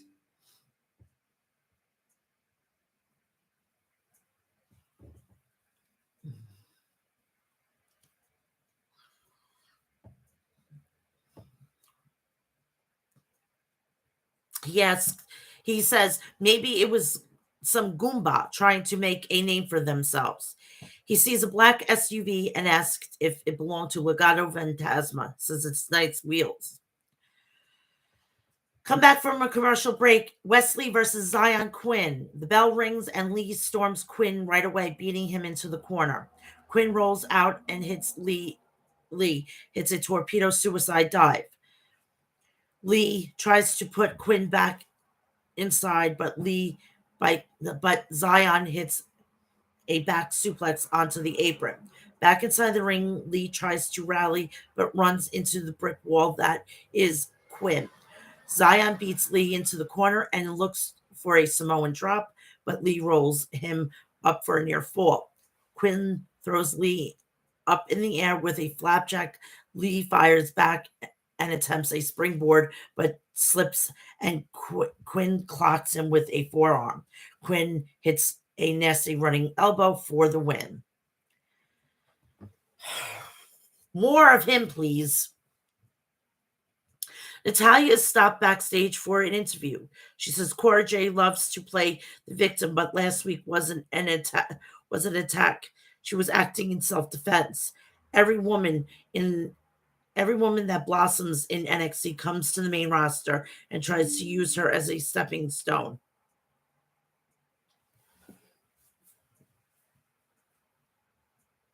Instead of waiting for Cora to come and take her legs out from under her, she came to get ahead of it. Nikita Lyons appears, says Nikita comes down and thinks she's hot stuff, but as soon as she's done with Lash Legend, she's coming for her. Natalia says when you're on top, everybody wants a piece, but she'll regret that when she's in the sharpshooter. Lyons says that's fine because she's very flexible. Wink, wink. We come back and we have Roxanne Perez and JC Jade. Very quick. This was a very quick match. I was like, you blink, it was over. The match is underway. JC chops the chest of Perez a few times, but Perez fires one back and hits a roll up for a 2. They go back and forth with pin attempts, and Perez slides out from under a pin and smiles, but Jade cuts her off with a kick to the gut. Roxanne hits 2 arm drags and wants a third, but Jade dodges it and calls her a loser. JC connects with a super kick and mocks Perez. Wendy Chu appears on the big screen and shows that she's destroyed the Toxic Lounge. Perez catches Jade with a code red for the win. Perez wins and picks up her first victory. Legado del Fantasma are outside walking to their SUV, and Escobar isn't happy about the loss tonight. Their SUV has a park brake boot on and a big fish on the hood. Escobar says obvious who is doing this and cedes. We come back, we get some sort of official details on spring break-in, which takes place in 2 weeks from tonight. The North American Championship will be defended in a triple threat match with Cameron Grimes, Carmelo Hayes, and Solo Sikoa. I would actually put the title on Solo. You'd be a fool not to. You have the momentum of the bloodline. Joe Gacy is shown backstage watching Braun Breaker looking for him. He says it's time to end this. The NXT Tag Team Championships. Pretty Deadly versus Duke Hudson and Dexter Lumis. Elton Prince starts against Dexter Lumis, but immediately tags in Kit Wilson and grabs Loomis's legs, allowing Wilson to attack him.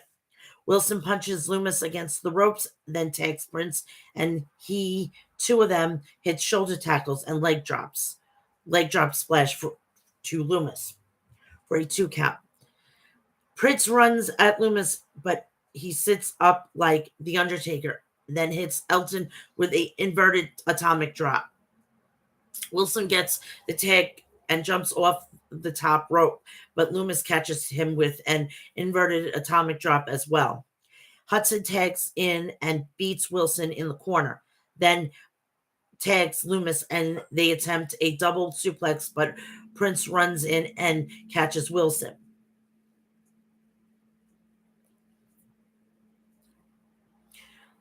Lumis and Hudson whip them to the ropes, but Pretty Deadly ducks them and slides out of the ring and puts their arms around Hudson and Perota.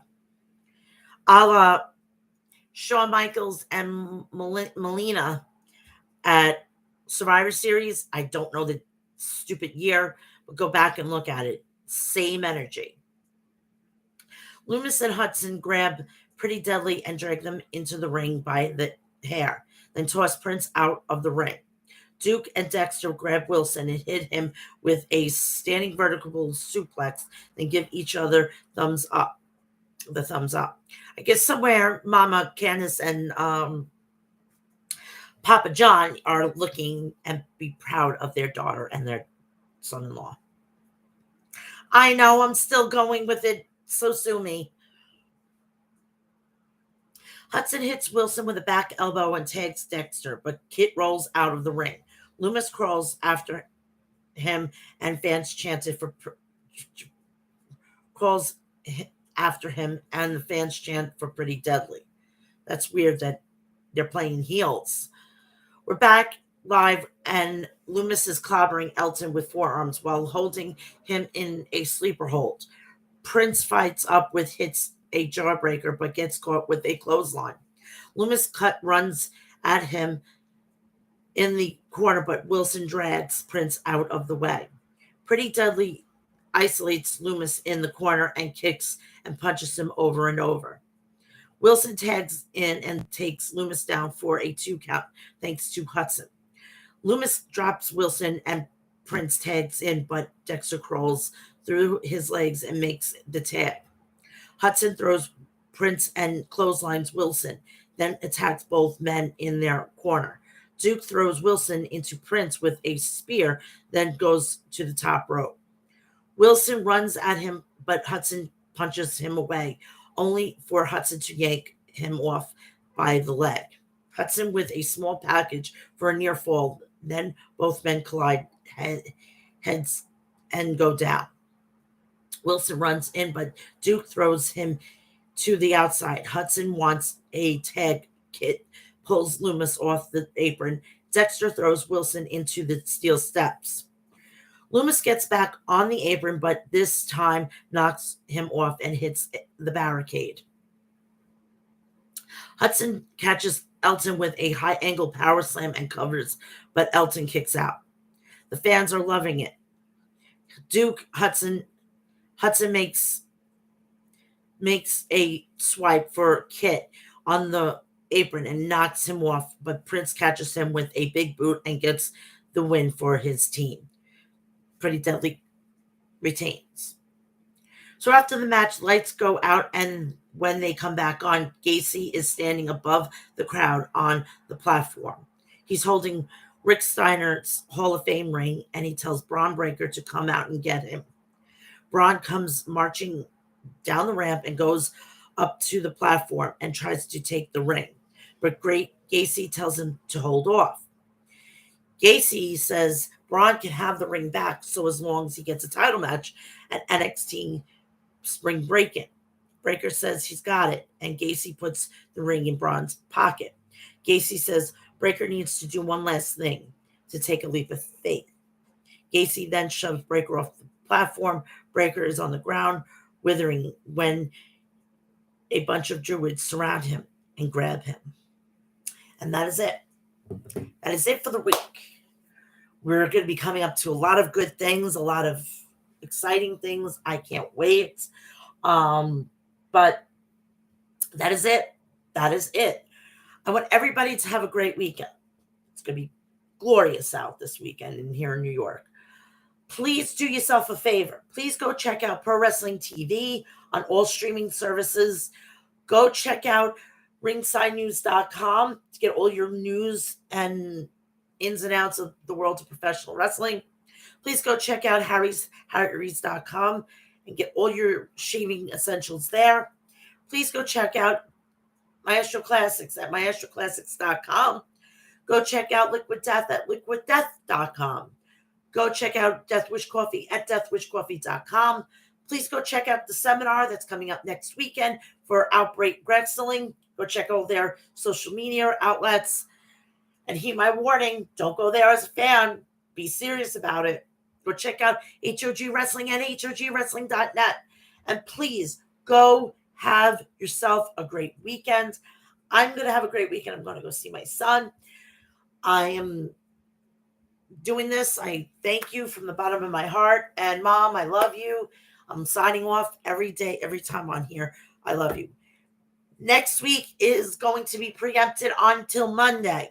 I'm going to be in Vegas, so I will be letting you know some details. It's going to be very vague because you got to go what they do in Las Vegas. What happens in Vegas stays in Vegas.